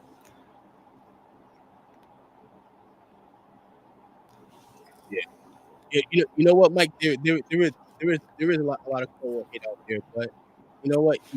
He makes a lot. He makes a lot of good stuff. He makes a lot of good stuff. Oh, lost my earpiece for a second. Nah, you good, brother. You good. Don't start with this mic. Yeah, okay, because I think Peter doesn't like Caldwell cigars. I like the for me, you know, I just haven't really been compelled by a lot of Caldwell stuff. I like the Eastern Standard. Mm-hmm. What's it called? What's a Churchill called in the Eastern Standard? It's called like the Cream Crush, I think it's called. That's a really damn good Connecticut cigar. Yeah. I just like I know it's some people are talking about the Long Live the Queen, and I know Keelan that was his worst cigar of the year for Keelan. But yeah, I know I've heard a lot of people say the Lancero is the way to go with that blend, the Long Live the Queen. I haven't tried it. I've just had the Robusto and I've had the Toro. I've had 2 Toros, didn't like either of them. I've had like 3 or 4 Robustos and I liked one of them. So it is. And the thing is, like with that cigar, it's Cameroon. I don't taste, just for me and my palate and just my experience that I've had with these individual cigars smoked, I don't taste Cameroon. I just taste like an earthy cigar. So, well, speaking of Cameroon, so you don't like the AJ Cameroon? You know what? The funny thing is, I've probably had like a 5-pack of those things. The New World Cameroon. I probably had like a 5-pack for like 5 or 6 years. I haven't smoked it. I need to smoke it. It's been way too fucking long. I need to smoke it. I've never had it before. That cigar is, to me, it's fire. That cigar is I like especially for the price point of that cigar. You can't beat it for the price point. It's because all the New Worlds are pretty, like, you know, budget friendly. Yeah. I've had the original New World. I haven't had the Connecticut because I know there's a Connecticut. I've had the Dorado. That's what it's called, right? The New World Dorado, the gold. Yeah. I thought it was okay. I haven't tried the Cameroon. I need to do that. Oh my God. Yes, Peter. What? Preach, Peter. You know what? Sorry, you know what? Like, no, like This how I know you can't trust Peter's palate. No, I'm joking, Peter. dude, that guy, he got me onto the Plasencia that I didn't like at all, the Alma del Fuego. That blend, that blend, I always just thought was the weakest out of all of them. But I've had the Robusto of that. Peter sent me out one of the Cortez, which is the TAA Figurado. That Cortez in that blend, the Alma del Fuego blend, is amazing. It's an incredible cigar. You know, the only sometimes of course, and you know this, you know, like certain brands just have way too many faces. Yeah. You know, like Kobo makes a lot of shit. Yeah, he makes a lot of shit. And yes, you know, he does. Instead of, I'm gonna try not to butcher the name because I always butcher the damn name. The Tatahuarte. Yeah. Yep. So they have a ton of facings too. Yeah. You know, LFD. Same thing with LFD. Yeah, just way too many facings. Yeah. You know, so and you know, because everybody's dropping dropping cigars, and I'm like, damn, I haven't smoked that yet. I haven't smoked that one yet. You know. Yeah. Oh well, you missed a lot. You missed a lot. Dude, hour 45 in, man. It feels like it's been like 15 minutes. Exactly. You know, and that's the thing, man. When you're having great conversation, you know, it just flows. It flows, dude, and people in the chat helping out too. You know. Yeah. You know, and it's great because everybody just goes and they interact. You know, so if we smoked the Cortez on the first Unbanded episode, yeah. That's you know what, I think. Sorry. That's where they did the they spoke blind. I think Peter knew because I think no surprise, but Peter's the one who sent out the cigars to the other guys. Yeah. But, you know, and so Peter had to have known. Yeah, Peter's the man. Pete's a good dude, man. I can't wait to meet him in person. Honestly, don't get too excited, Peter. Don't get too excited. All right. You know, but I can't wait to meet him in person. You know, he seems like he also has a sick winter setup I've seen too, which is his tent outside. Yeah, the tent, yeah, dude. You know, well, I don't know. Do you feel like I feel like the problem with Gurkha was, and I think everybody can agree on this. Once they went and they started letting CI kind of make their cigars, it kind of put a black eye on them. And the problem is go ahead. I agree, and that's part of it. My opinion with Gurkha, I don't know how big of a percentage this is, but my opinion with Gurkha, how it happened with me anyways, is when people get into the hobby, when people get into the cigars, what's something that they do? They buy samplers. Yes, like they'll go to CI, they'll go to CI, they'll go to CI, they'll go to JR, they'll buy samplers. What are in those samplers usually? Budget cigars. Yes. What are some of those budget cigars? Some shitty Gurkhas. Some shitty ass Gurkhas. Shitty Gurkhas. You know, and it's a talk about having too many facings. Yeah. Gurkha, you know. You know what the funny thing about that is at the same time too, when it comes to Gurkha, it's you know, anybody that's really a Gurkha defender, what they'll say is it's different when you buy it in a brick and mortar and when you buy it from CI. It's two totally different cigars. But I can see that. But the problem there is if you're not a person that reads a lot or knows a lot of inside business, you have no idea. So you're gonna assume that that's the same cigar. You know. So the Liga. So I wasn't smoking cigars when everybody said the Liga 9s were good. I'm one of those people who says that Liga 9s used to be a lot better. A lot better. That's what everybody says. Yeah. Yeah. They were incredible, man. Like they were super limited, super hard to get back when they came out. Probably like 2012, something like that. They were on another level. That and the T52 back then when they first came out were just insane. You know, I still like T52, surprisingly. Yeah, I even to this day, I still like that cigar more than the number 9. Yeah. What's the best cigar you have ever smoked, Innocent? What's the best cigar? Oh man. It was probably that Upman Magnum. The Cuban, yeah. Probably that was probably the best cigar I ever smoked. Close second was probably that. Well, you know what? Something in I would say that's in regular production. The whatever. Well, we know we talk La Pesti La Pestier. Yes, that to me is my cigar. It's a great smoke, dude. I was blessed enough that John actually sent me a box of the TAA, the TAA exclusive. So, you know, and I'm actually working on making him an ashtray just to say thank you.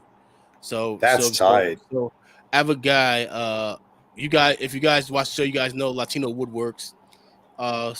Cool. So me and him are putting something together to make for John just to say thank you.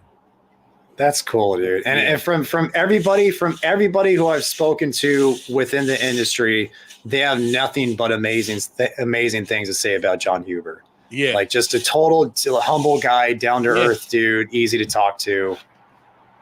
You know, well, you know what the thing is, and it's one thing like when people live tobacco. You know, the last thing they want to do is talk tobacco. Yeah, true. They won't talk about anything else. Yeah. You know, like they won't talk about everything else but tobacco. So, you know, when I had John on the podcast, we spoke about everything but tobacco. Yeah, that's cool, dude. That's cool. You know, at the end of the day, you know, like they're normal people. Yeah, and they're dudes, and they're dudes, and that's how they want to be treated. Like you know, like they have a brand, but at the end of the day, they really want to be, you know, just let's have a conversation. Yeah, I've heard the same thing with Pete Johnson too. It's like he's you know, he could be a good interview, but you know, preferably I hear that he would rather talk about, you know, other stuff because, you know, these guys, they've been in the industry for like 20, 30 years. They've, you know, there's only so much to talk about. Yeah, you know, exactly. You know, and the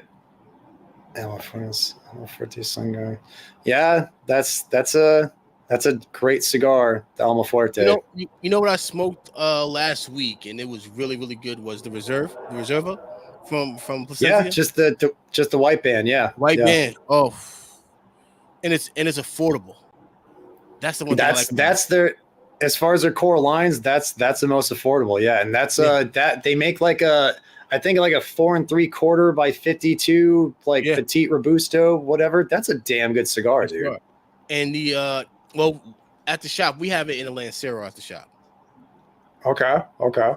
And then and another one that I do like, the new one, the 151. I haven't had. You know what the funny thing is with that cigar?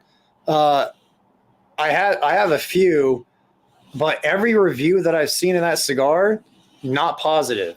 Like not positive reviews of. Yeah.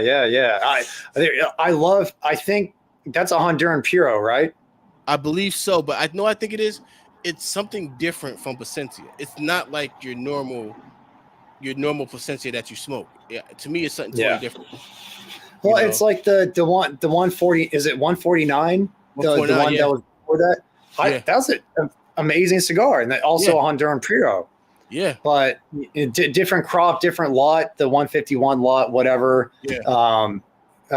I need to try it because it's different opinions. Yeah, Cigar Slide Chats, he liked it. Yeah, I enjoy it, and also too at the price point, I love it. And to go back to Eric, like the 12 for me, the 12-year Perdomo 12-year vintage, the Maduro, that one right there. Okay. I can smoke. That's another one I can smoke every day. That's the bourbon barrel age, right? Yes. Yeah. Yeah. I've only had the Connecticut so far, and I love that Connecticut. So the Connecticut, you don't like it? One, it was okay, but the Maduro to me is the one. Takes the cake.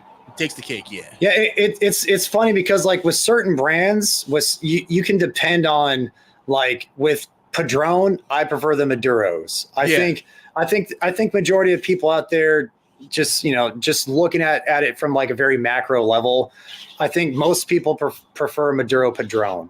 Padrón and Maduro. With Perdomo, a lot of P brands here, but Perdomo, it changes. Like some blends, I really love the Connecticut. Some blends, I really love the Maduro. The Lot 23 Maduro, that basic ass cigar, that with like 2 years of age is an amazing smoke. The Lot 23 Maduro. Jesus, Sanj. Yeah. So let me know what else you fucking hell.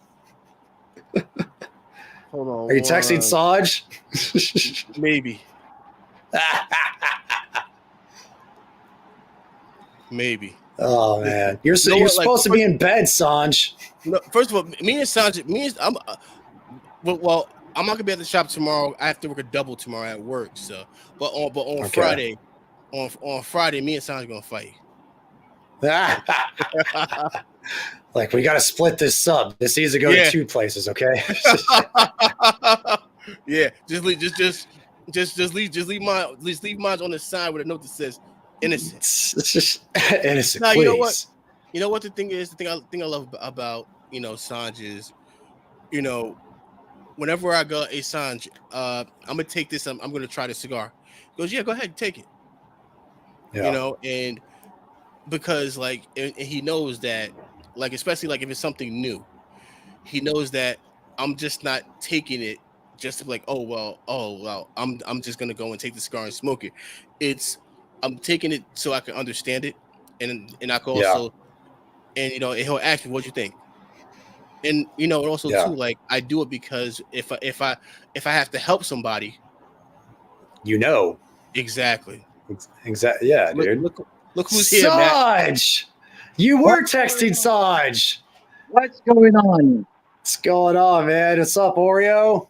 Yeah. Oreo, good to see you guys. He's a daddy's boy. Yeah.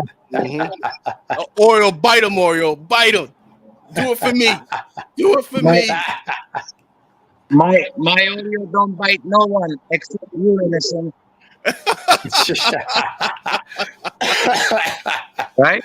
Oh, it's awesome, man. Yeah. How you doing, man? That's How beautiful. you feeling? I'm on the up and up, man. On the up and up. It's been a long 2 weeks, but the light's at the end of the tunnel. Yeah, it's going around. I think New Jersey, they just announced the upper respiratory infections going around. I know a lot of people. Myself, Mia in Puerto Rico, same thing. She was an antibiotic twice and nothing happened. She ended up in a hospital twice. I know a few other people, same stuff. Wow. Yeah. And it's like it spreads so easily. That's the thing. Yeah. Like it's airborne. Yeah. Yeah. It's crappy, man. Yeah. So it's great. I was actually, when I said good night, I was driving home, and I'm blind to begin with. I can't see. So I say, you know what? If they still alive, when I reach home, I'll log back on, and here I am. Awesome, man. It's great to have you on. It's great to talk to you, man. Yeah. So listen, I always tell you, whatever you want, just ask me. I have so much. I didn't know you liked my father, Florida D&T. As you know what I have? I think I have like 35 boxes. The original Jaime Garcia from 2007, that limited edition one. They made, I think, Jesus. 200 or 300 boxes. I have that. I have almost 20 boxes of LFD factory press from 2007 until the last time they made it. They came in 115 cigars in a box. I have boxes and boxes of that. Is that a flower band or is that post flower band? 2007. No, flower band. They all came, and then you know what I have? Something very rare. Lido Gomez series, the LG double Coronas. The LG, yeah, the small batch, yeah. Yeah, the original one, not the new shit. The original stuff. The small batch one. Yeah. Jesus Christ. I'm going to send you. I'll put a nice package for you. Now I know that you like stuff like that. I have so much stuff downstairs. Like, you guys were talking about Gurkha. So let me explain something to you about Gurkha. So Kaiser and I are very good friends from very beginning. So Kaiser had 3 lines of cigars. So regular Gurkha that went to catalog. If you look at the weight, versus like at the time they had a cigar, for example, something called Warlord. So if you look at the Warlord chest, if you look at that went to the cigar shop, had a different weight. What it went to catalog shop had a different weight. And then he had ultra high-end cigars like Black Dragon and stuff. You're looking at $13,000, $14,000 a box. I have every single one of those boxes. Jesus. Then they came in a gorgeous leather boxes. The cigars were phenomenal. Now, in order for me to collect something, so I'm also going to include that in it. Kaiser came out in, I want to say, early 2001, 2002. He came out with this cigar called Salomon. It was a shaggy foot Salomon. Mm-hmm. At that time, MSRP was $130 a cigar. At the time. At the time. And they came in a crates of 100. That cigar was so good. I called Kaiser and I says, bro, how many crates you have? And he goes, I don't know, about 10. I said, take it all. I have all 10 crates downstairs. Oh my gosh, Sanj. Holy shit. That's Salomon? So that cigar was completely different than what, if you, I'm going to send you some tomorrow. I'll make a nice variety package. If you smoke those Salomons, today you're going to say there is nothing like that exists. Yeah. Kaiser went wrong, because I was always with him, and I used to tell Kaiser, I said, Kaiser, stop making this stuff, for a catalog that looks identical. Same thing, Ernie Perez. I used to tell him, La Gloria Cubana. He used to have 3 different kind of La Gloria Cubana. So La Gloria Cubana Miami bundle, let's say it was $75 to retailer. Regular La Gloria Cubana, same size, was 100, and then he had something called Calidad Supreme, which would cost 150. So it was like a $1 to $2 per cigar difference. So what scumbag cigar shop would do? They buy 1 box of Calidad Supreme for 125 and replace it with $75 bundle. So they had already at wholesale and at the retail end, they already had $2 built-in profit. So 25 cigars, $50 is a lot of money. But back in the day, what happened? There was not many cigars like today. You had a staple cigars, right? Macanudo, Punches, Hoyos, Romeos, Don Diego's, Monte Cristo, Gloria Cubana, right? Santa Damiana. So, Royal Jamaica, Dunhills. So what happened at the time, people who smoked La Gloria, they were like, today's Davidoff smoke. If you look at, my clientele, 95% of the people don't know that we have anything other than Davidoff. And then vice versa. People who smoke Davidoff, they only look at Davidoff case. They don't look at anything else in my shop. They don't look, right? Exactly. And the people that look at regular, stuff, they never look at Davidoff. So what happened, La Gloria Cubana guys would only buy La Gloria. And then, we did the right thing. And then they would complain, hey, I bought this cigar somewhere else and it wasn't the same, because they were replacing with the bundle goods. So Ernie and I go back almost 30 years. Yeah. So I used to tell Ernie, I said, Ernie, put a second fucking band on it so people would tell difference, right? Same band, just not that second band, you could peel it off. Same band, just put something. No. Same thing with Kaiser. So, if I get Kaiser on right now, Kaiser would tell you that because of me, he changed the catalog boxes. He came out with colorful boxes to separate the catalog merchandise versus the retail shop merchandise. But I have so much Gurkha stuff, rare stuff, that is worth. I have boxes of Black Dragons. They're like $15,000-$16,000 boxes today. Jesus. You know, Holy crap, and Sanj. those Salomons, if that cigar was out today, same tobacco, same everything, I don't think there is any cigar in the market could beat that cigar. I would pay $250, $300 for that cigar. Damn. Is it like what kind of tobacco is in that Salomon? Do you know the blend off the top of your head? Yeah, I know. Yeah, so it was made actually at Charlie Terranio's factory. So it was originally Charlie Terranio, the Terranio cigar factory. But at the time, Charlie had cigars that Charlie made. It was actually Jack Terranio was at my shop, I think 3 months ago, and we were talking about it. He says, he just surprised me, and he says to me, if I'm looking for one particular cigar. If anybody would have it, it would you. Before he could even finish it, I knew exactly what he was looking for. So I go downstairs and I bring a box. He actually cried in my shop because that was the hand mashed Terranio Exodus Salomon that was completely hand mashed, and that was the same tobacco, pretty much same tobacco that they use in Gurkha Salomon. So Gurkha Salomon came out first, and then this Terranio came out. It was hand mashed complete Salomon. Even the band was hand signed by Charlie's father. Wow. So I have those cigars. Tomorrow I'll put a nice rare package together for you. And wow. I have some rare, very first Drew Estate stuff I'm gonna send you. There's one cigar. There's only 5 people in the world have it. You'll be the 6th one. Holy shit! So I take it that I'll be the 7th person, huh? No, you're innocent. You don't have that palate because you know what? You smoke that 60, 70 plus. You're a cowboy dick lover. We don't have dicks. You got me cursing in my house. Thank God my kids are sleeping. Hey, you know what? Don't worry about it. When the Cowboys win, I'm just gonna be in that basement, just like.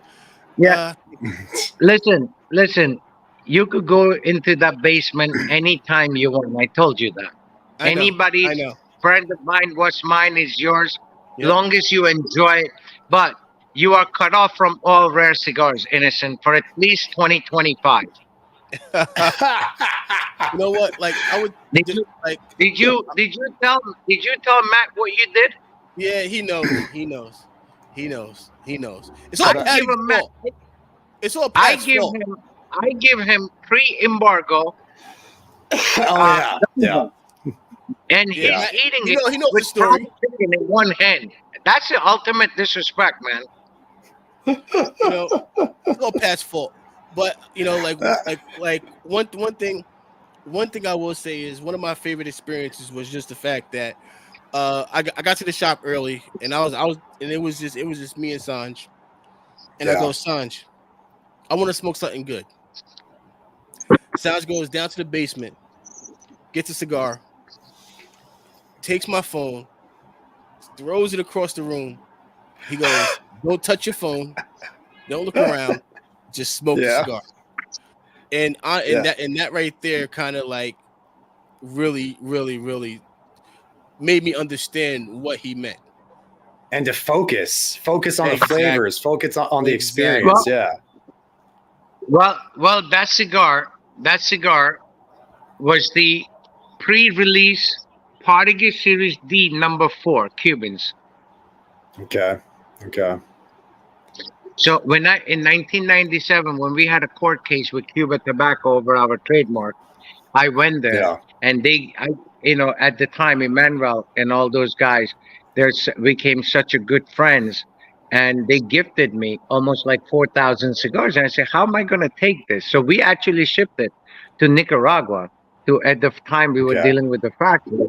And they're like, we do a lot of business with them, back and forth. And they were also Habano distributor. So they were able to send it. And from Nicaragua, I got it. So I have Okay. about 800 cigars left. Over time, I just send it to people that really enjoy it. So, so you just reminded me, I put a bunch of them tomorrow in your package. Oh my gosh. There's nobody more giving than Sanj Patel. Like listen. No. Because I'm just as giving. Because when I get to the shop on Friday, I'm gonna give Sanj something real nice, and then I'm gonna go down. Then I'm gonna go downstairs. All right. Yeah, that's all right. That's all right. That's all right. Listen, So, here, like, the thing I always tell people, that for me, matter of fact, today we were live in our thing, and I said to all the guests, I said, anybody comes to the shop that's smoker, and they're welcome to anything I have. Listen, I Yeah. just don't like people taking stuff for sake of taking stuff. Yep. If you don't smoke, Yeah. like if you give me certain cigars, I'm gonna decline it. You know why? Because I already had it. I don't like it. Yeah. I'm not gonna take it for sake of taking it. Say, hey, give it to someone Exactly. else. I really don't enjoy that cigar, and it's okay to say no. But Yeah. I hate it when people just say, oh, it's a free cigar, right? It doesn't work Yeah. that way. And that's the problem we have with a lot of people. Now, I tell people all the time, you're out of towner, you want to come. Now, look, if you have a cologne and if you're female, you have a perfume on, you're not walking into my humidor because Yeah. it contaminates people. I'm that precise with stuff. So like people don't understand. They're like, what the hell my cologne got to do with your humidor? Well, you're not gonna understand that. I do. Yeah. Yeah. Matt, it You is know? the most So- amazing smelling thing ever. Yeah. That But that so I tell people all the time, I say, anybody want to smoke cigars, rare stuff, and experience something, come to the shop anytime you want. I tell them, look, if I get there by 11:30. If you get there at 11:30, I'm there until weekdays 8:30, latest 9. You want to head Yeah. from 11:30 to 9, right? And smoke all the cigars you want. God bless you, but you're not taking nothing away from you. I hate Yeah. when you give somebody a cigar and they tell me, "Oh, I'll smoke it later." No, no, no, no, no. I give you I something want now. now. Yeah, Exactly. and I want you to enjoy it here. yeah, and that's the thing. You could smoke it. We could talk about it. I give them a lot of detail. Same thing with innocent. When I give them something rare, I break down the whole blends. I tell them this is where you're getting that taste from. This is what happens, and this is how it is, right? And that's my joy. Like Matt, a lot of people just this morning, Innocent and I speak every morning. I said some guy, review guy, called me up, right? And I told you this morning, Innocent. Some review guy called me up and he said, "Hey, I hear you send out a lot of cigar to a lot of review guys and stuff. I'm starting my channel. Could you send me?" And I said, "Look, I said I'm a fair guy. I tell you what. First, go buy my cigar somewhere, one or two. Do a review. Yeah. I don't care if you tell me, hey, your cigar shits. I'm still gonna after that. I'm gonna send you a cigar. I would just want unbiased opinion. If I send you, I don't want you to feel." And a lot of people, in the beginning, they never met anybody giving. To me, my biggest joy is two things. I love when I see my friends, everybody eat. That's like to me ultimate pleasure, right? And then never eats by himself. Never. Yeah, I never eat by myself ever. Yeah. I always make sure, and that's my joy. And if I get it, like guys like you who enjoy cigars, I love to. I look forward to sharing. I'm not looking for anything. How many times I tell you, Matt, if you review my cigar and if you feel it's a shit, I want you to tell me it's a shit. Right? You always do. You've said multiple times. Me, listen, I give cigars to guys that don't review and they enjoy cigars. Like Davidoff guy, Paul, I send them tons and tons of stuff. The FFK, I made like 100 cigars for him. I'm gonna send it to him. I'm waiting to let it sit a little bit. But there's no money exchange there. There's nothing. I'm not looking for anything in return. All I know is you guys enjoy it, and I want to share it. That's it. That's Yeah. it. So it'll be enjoyed. The SPs, you can go to Should I Smoke This? I can't say what else, but just go to Should I Smoke This? Look it up on Google. Yeah, just Google it. Listen, it's the best way, Google it. Yep. And just Google it. Should I Smoke This? That's my whole thing. You'll be able to find and anything, Matt, anything you need, anything, I have a lot of rare, my father's stuff that they made like couple hundred boxes. I'll send it to you. I mean, you have to let me know, because for me, if subject comes up, I'll remember it. I have it or not. Yeah. Like for me, it's like out of sight, out of mind. I don't know. I mean, I know if I close my eyes and I go, walk my inventory from sitting here, I know box by box.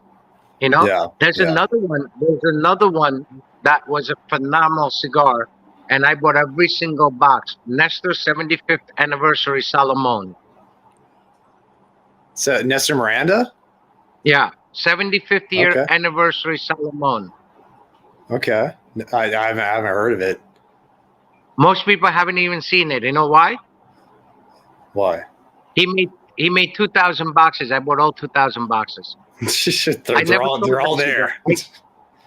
I gave that same thing, like the Nestor Miranda Dano 2010 Dano, one of my favorite cigar.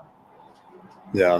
I actually got into a big fight with Eric Calvino from Cigar Snob magazine argument, because Cigar Aficionado at the time, when they came out in 2010, they had a center pose. One side was Pepin Garcia, one side was Nestor Miranda, and said two great mind, one great blend. And I argued that. I said that was never blended. That was original blend by Amilcar, Jenny's ex-husband. And because Amilcar was a master blender for them at the time. Okay. All right, Peter. Have a good night. Have a good night, Peter. Yeah. Good chilling, man.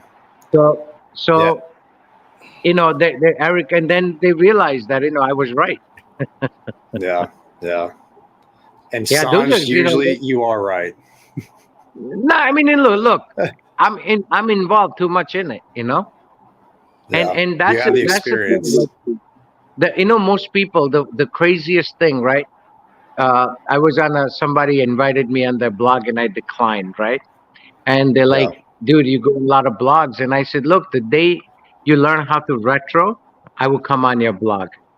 I say, you guys just smoke cigars. I seen you. I say, when somebody invites me to their blog to talk about it, I do all the due diligence, and I teach innocent same thing. I said, before you go or invite somebody, do all the due diligence and see who they are, and certain things. So they're like, oh, you just came out with cigars 2 years ago. I said, my point exactly. You don't know nothing about me. I said, this cigars originally existed in 1992, before most of these brands were out. And they're like, what? And I'm like, yeah. They get like mind boggled with it. And it's like in retrohaling, you get so much flavor. You get so much of the experience from retro. It's so important to do. Absolutely. I mean, if to me, I tell people, if you're not retroing, you're not smoking cigars. You're just smoking and blowing smoke. That's all there is to it. Yeah. Yeah. And that's that's the thing. And people don't understand. People think, oh, you just came out with cigars. Most people oh, you're knocking off Cohiba. There's a guy had a big issue on one of the blog, and I said, so you against my? So he didn't know nothing about it, right? So he goes, oh, this guy just knocking off Cohiba. I'm never gonna buy that because he's knocking off Cohiba. So me being me, I go while he's talking, I go on his profile. He's smoking Romeo and Julieta, Dominican, Monte Cristo, Dominican. So I said, most of the cigars that you smoke, you should be not smoking. And he goes, why? I said, well, Romeo and Julieta is Cuban, Monte Cristo is Cuban, right? I said, so why are you smoking? So his excuse is like, yeah, but those are major companies. I said, well, guess what? You need to do due diligence. I said, those major companies lost against me.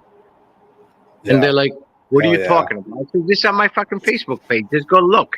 What the fuck? Then they want to apologize to you, right? And I'm like, no, I mean, no need for it. Anytime you speak, I always tell people do all your due diligence. So, of course, we all humans, we make mistakes, Sometimes you don't remember, but when it comes to cigars, I tell people all the time, I don't know much about technology. I don't know anything. If I need to do something like when you guys do a review, I need to download the video. I have to call innocent. I don't know how to download it at all. Right? I'm not technical guy. But when it comes to cigars, don't talk to me. You're not gonna beat me. Yeah. And they need to understand that. I'm confident of that, Sanj. Yeah, but these are young kids. Yeah, and they don't. People don't think. They just act and react to whatever's in front of them. They don't, like you said, they don't do their due diligence and look up shit. It's not hard to do. It's really not hard to do. No, not at all. You know. Yeah. All right, guys. Hey, Oreo. Yeah. All right, guys. I got to end it here. We're about 2 hours and 20 minutes in. Matt, you acting like you have a job. Hey, you know what? My job is ruining your day. You know what I told Matt? You know what I told Matt earlier? I said, yeah, I go to therapy once a week just because of Sanj. Listen, but why don't you tell the positive thing? Matt, and everybody who's watching, who's listening, I don't know how many people. This is all the reason Innocent is always at my shop right after work until I go home. He goes home. I run a crime prevention program. He's not doing no damage outside. Yeah. There you go. Yeah. Keeping him innocent. Keeping me in. That's right. All right, guys. I want to thank everybody. All right, Matt, I'll send out some stuff. Anything you think of, please let me know. So, I'm sending you out stuff tomorrow. Sanj, you're way too kind, man. That's Solomon. This will be the first time I've ever been like extremely excited to smoke a Gurkha. I'll tell you that. No. This is completely different. Listen, if that same order for me to buy $13,000 box, and he had 10 and buying all 10 boxes at that time, that should tell you something. That cigar, that tobacco, says a lot. Yeah, it's very special. I'm really looking forward to that. Yeah, even what's his name, Juan Lopez. He realized they were talking about it. Actually, he was in Dubai doing a show, and somebody wanted there, and he said, "Look, the only guy I know would have this is a guy named Sanj." He actually called me from there. Guy wanted to offer me 25, 30 grand. So you name the box price I want. I said, "It's not for sale. You come here, you can smoke all you want." He goes, "You won't sell me that box?" I said, "No. Money, you can't impress me with money." Yeah. Most people don't know where I come from, Yeah. So you're gonna. That's actually, I take it as an insult. If somebody says, "Oh, you name your price," I say you don't have enough money. But you could have been humble yourself and say, "I would love to have it." You got it, whatever you want. Yep. So that's what it is. Yep. Yeah, absolutely, man. But that cigar, I'm gonna open the box. It's a crate of 100 cigars. Came with the tobacco, loose tobacco around it, and I just left it, and it's unbelievable. Like I said, awesome. In 1998, when he released, so Kaiser used to release a lot of limited stuff, and it was a true limited stuff. Black Dragon today, going for like 15,000, 16,000 a box. My gosh, that's insane. Yeah.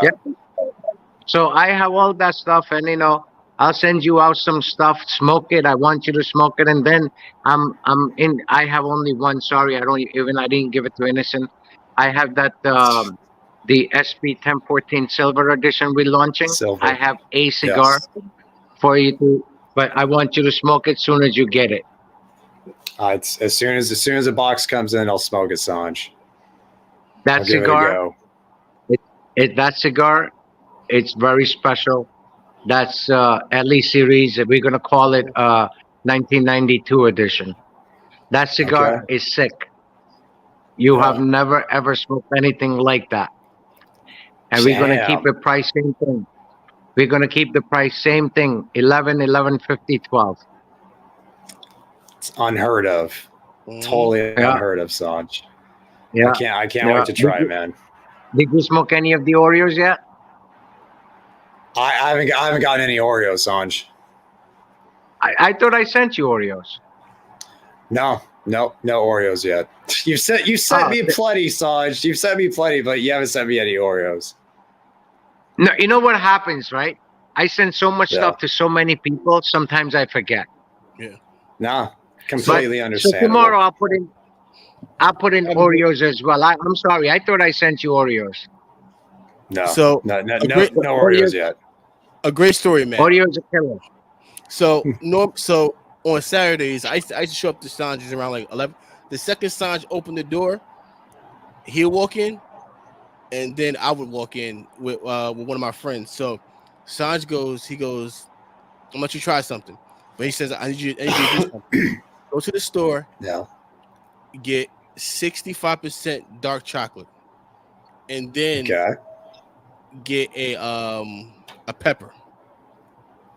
So we got the Gajuhu pepper from Mexican restaurant across the street. So Sanj goes, he mashes it up together.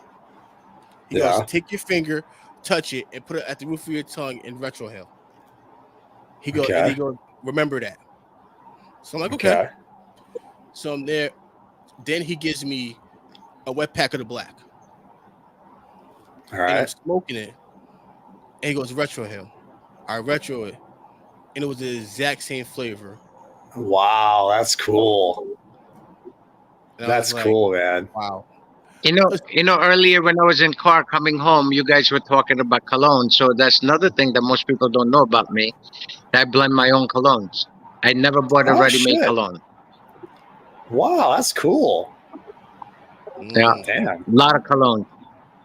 Yeah. Cool, man. Sanj is into a lot of things, man. So man of many hobbies, man of many angles and everything. You know, I would say many angles, not many talents. I would say that.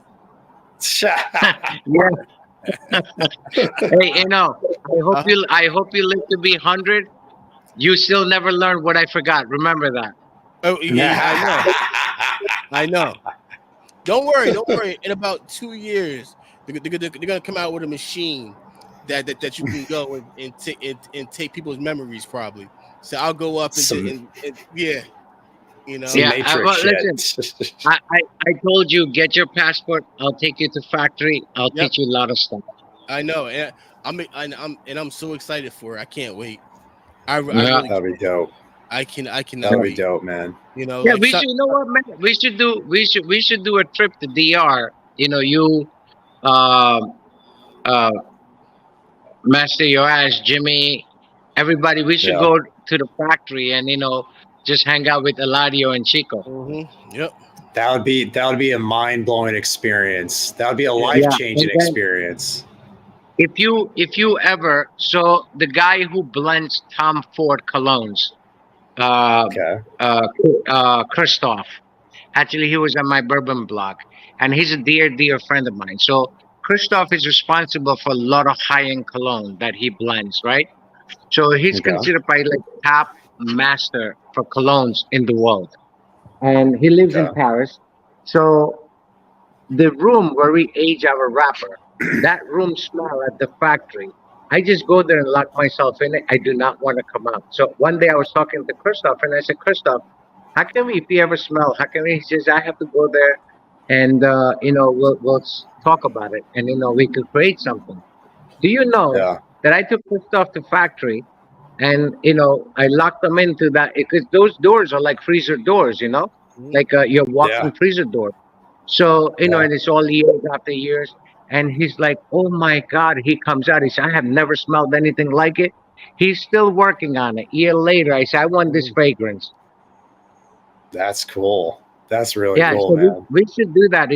All you need is it's max 3 days. One day we spend at the Eladio's factory. One day we spend it at the Chico's, and one day we just just sit and blend stuff. Whatever you blend, we'll just sit and smoke fresh stuff, and you see the amount of tobacco and the stuff that what it goes through. I think that'll be cool. So you give me a time, you give me a date, I'll make it happen. Yeah, let's plan. So January, February, let's plan something in March. By then, could get his passport. Yep. Mm-hmm. That would be cool. Yeah. I'd be into it. Yeah. And look, none of that stuff. We do Airbnb. I have a chauffeur there. He drives everywhere around. We do Airbnb. There's a place we rent. I mean, don't worry about any of that. All that is on me. Just pay the airfare, and rest of the stuff is on me. And then let's plan it. Like 10 of us. I'll take 10 of you. very ultra private. So when you see all these cigar companies, they do tours for their consumers, right? Yeah. They're not taking you. They're only showing you what they want you to see. Okay. Where I'm going to Yeah. take you is where the dirtiness of the business is. Okay. Okay. You follow what I mean? And I could take you to any factory. They're all friend of mine. So they'll welcome us with red carpet. But Nice. That's just to learn in process, like you sit with the ladio, you tell him what you want to smoke, and he'll just put it right in front of you, and he'll blend it right in front of you. You tell him you want this, and he's like, okay. He don't speak word of English. I Yep. call him the Dominican Morgan Freeman. His voice is very deep, and yeah. and the cigar that he will roll, the gracefulness, the way he cuts the tobacco and stuff, and then when he hands it to you, cigar, he doesn't hand it to you. He presents it to you. You actually got to bow Yeah. down and accept that cigar from him. Mm-hmm. Wow. And same That's thing with something I him. would easily do. Yeah. Yeah, something with him. He tells you same thing. If you come to my factory with a guy like me, and if I give you a cigar, I want you to smoke it. If you like it, you tell me. I make you more to take home. But Wow. he don't like. He gets very upset when people put it in their pocket. They're like, no, Yeah. smoke it. Now. And Yeah. perfect. Yeah, and he says, if you like it, you let me know. You want 20 Yeah. cigars, he'll make you 20 cigars. That's not a problem. Yeah. But it's very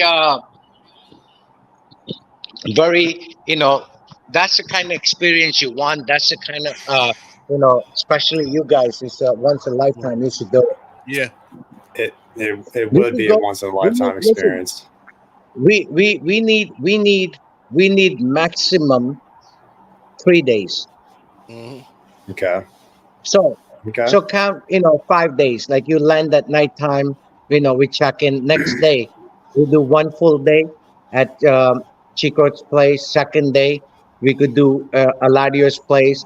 And third day whatever is made, we'll just smoke it. And we could even go at Chico's house and have like private personal shit to smoke, or we go to Aladio's house and we could smoke. That's all family. Yeah. That would be incredible, So Sanj. yeah, we should do that. All four of you. Even what's his name? The Japan boy, I call him. He could fly down too if he wants. Keelan. Yeah. Mm-hmm. I Japan can boy. that's one name I can't remember his name in life of me. It's a unique name. It's a unique name for sure. Yeah. So let's plant it. March, April, perfect timing. I'm gonna bug to get his passport, apply Yeah. for it tomorrow. So he gets Okay. it in like 3 weeks. Yeah. Yep. For sure, And then man. we'll go. We'll go. We'll have a great time. We have a place there. We have everything. That'd be incredible, Sanj. Uh, That'd be hey, life changing. hey, Wes wants to know if Taz can come. Who? Wes. Yeah. Wes. Oh yeah, Wes, brother. Listen, listen. How many times I tell you? I rather have animals in my life than most humans. Cats could come anytime. Dogs, cats, anytime. Any animals. No. I'm What? first for animals. Taz need to come. I have a job for Taz. Don't worry about it. Don't worry about it. Yeah, Tess could come. No problem. But yeah, we should man. do this tour, man. That'd be cool. Yeah. Yeah. All That'd right, be guys. amazing. So I'm gonna end it here at 2 hours and 30 minutes. I want to thank you guys for watching this whole podcast. I want to thank Sanj for coming up. Matt, thank you for we made it happen, man.